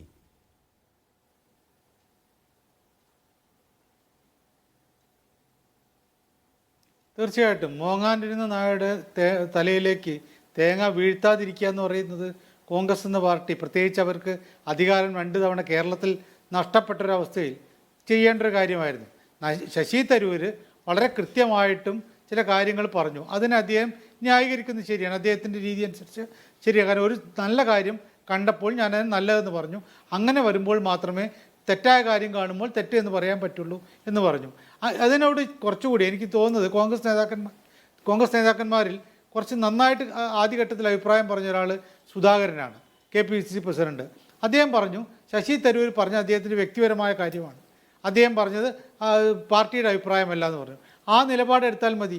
അതിനപ്പുറത്തേക്ക് അദ്ദേഹത്തെ വിശ്വപൗരൻ എന്നൊക്കെ പറഞ്ഞ് കളിയാക്കി വളരെ മോശമായിട്ട് പ്രകോപിപ്പിക്കുന്ന രീതിയിലേക്ക് പല നേതാക്കന്മാരും പോയി. ശശി തരൂർ പറഞ്ഞ് പൂർണ്ണമായിട്ടും അബദ്ധമാണ് എന്ന രീതിയിലേക്ക് സ്ഥാപിക്കാനായിട്ട് ശ്രമിച്ചു. ഇതൊക്കെ ശശി തരൂർ തന്നെ പറഞ്ഞിട്ടുണ്ട്. അദ്ദേഹത്തിൻ്റെ 2ാമത്തെ പ്രതികരണത്തിൽ ഞാൻ ഇത് പറഞ്ഞത് ഇന്ന രേഖയുടെ അടിസ്ഥാനത്തിലാണ്, ആ രേഖയ്ക്ക് ആധികാരികതയുണ്ടോ, അതിൽ തെറ്റുണ്ടോ എന്നുള്ള കാര്യം എനിക്ക് കൃത്യമായിട്ടും അറിയില്ല, അതിൽ തെറ്റുണ്ടെങ്കിൽ അത് നമ്മൾ ചർച്ച ചെയ്യേണ്ട വേറെ വിഷയമാണ് എന്ന് പറയുമ്പോൾ ശശി തരൂർ ഈ പറയുന്ന രേഖയുടെ റിപ്പോർട്ടിൻ്റെ ആധികാരികത പൂർണ്ണമായിട്ടും വിശ്വസിക്കുന്നില്ല എന്ന് അദ്ദേഹം പറയുന്നത്. അത് തെറ്റാണോ ഇല്ലയെന്ന് എനിക്കറിയില്ല. ഇത് ഇങ്ങനെ രേഖയാണ്, ഇങ്ങനെ റിപ്പോർട്ടാണ്, ആ റിപ്പോർട്ടിൻ്റെ ഇത് തെറ്റുണ്ടെങ്കിൽ തീർച്ചയായിട്ടും നമുക്ക് പരിശോധിക്കാം എന്ന് പറയുന്ന സമയത്ത് തന്നെ ഭീകരമായിട്ട് അദ്ദേഹത്തെ ആക്രമിച്ച കോൺഗ്രസ് രീതി പൂർണ്ണമായിട്ടും തെറ്റാണ്. അത് ശശി തരൂർ അദ്ദേഹത്തെ വർക്കിംഗ് കമ്മിറ്റി സ്ഥാനത്ത് നിന്ന് പുറത്താക്കണമെന്ന് MMSനെ പോലുള്ള ഒരു നേതാവ് പറഞ്ഞു. അതൊക്കെ ഒരാൾ പറയുമ്പോഴേക്കും ഉടനെ തന്നെ ഈ രീതിയിൽ പ്രതികരണം വരുന്നു. ശശി തരൂർ സ്വാഭാവികമായിട്ടും എതിർത്ത് വീണ്ടും പറയും. ആ നിലപാടാണ് കോൺഗ്രസിൻ്റെ ഭാഗത്ത് ഉണ്ടാകുന്ന ഏറ്റവും വലിയ തെറ്റ്. ശശി തരൂർ പറയുന്നത് ഇത് അദ്ദേഹം പലപ്പോഴും പല ഘട്ടത്തിൽ ഇതേപോലെ അഭിപ്രായങ്ങൾ പറഞ്ഞിട്ടുണ്ട്. അങ്ങനെ പറയുമ്പോൾ അത് വ്യക്തിപരമായ അഭിപ്രായം എന്ന് പറഞ്ഞ് ഒറ്റ വാക്കിൽ ഒതുക്കിക്കഴിഞ്ഞാൽ പിന്നീട് അതൊരു ചർച്ചയില്ലാതായി മാറും. അങ്ങനെ പോകേണ്ടിയിരുന്നു. അതിന് പകരം പ്രതിപക്ഷത്തിന്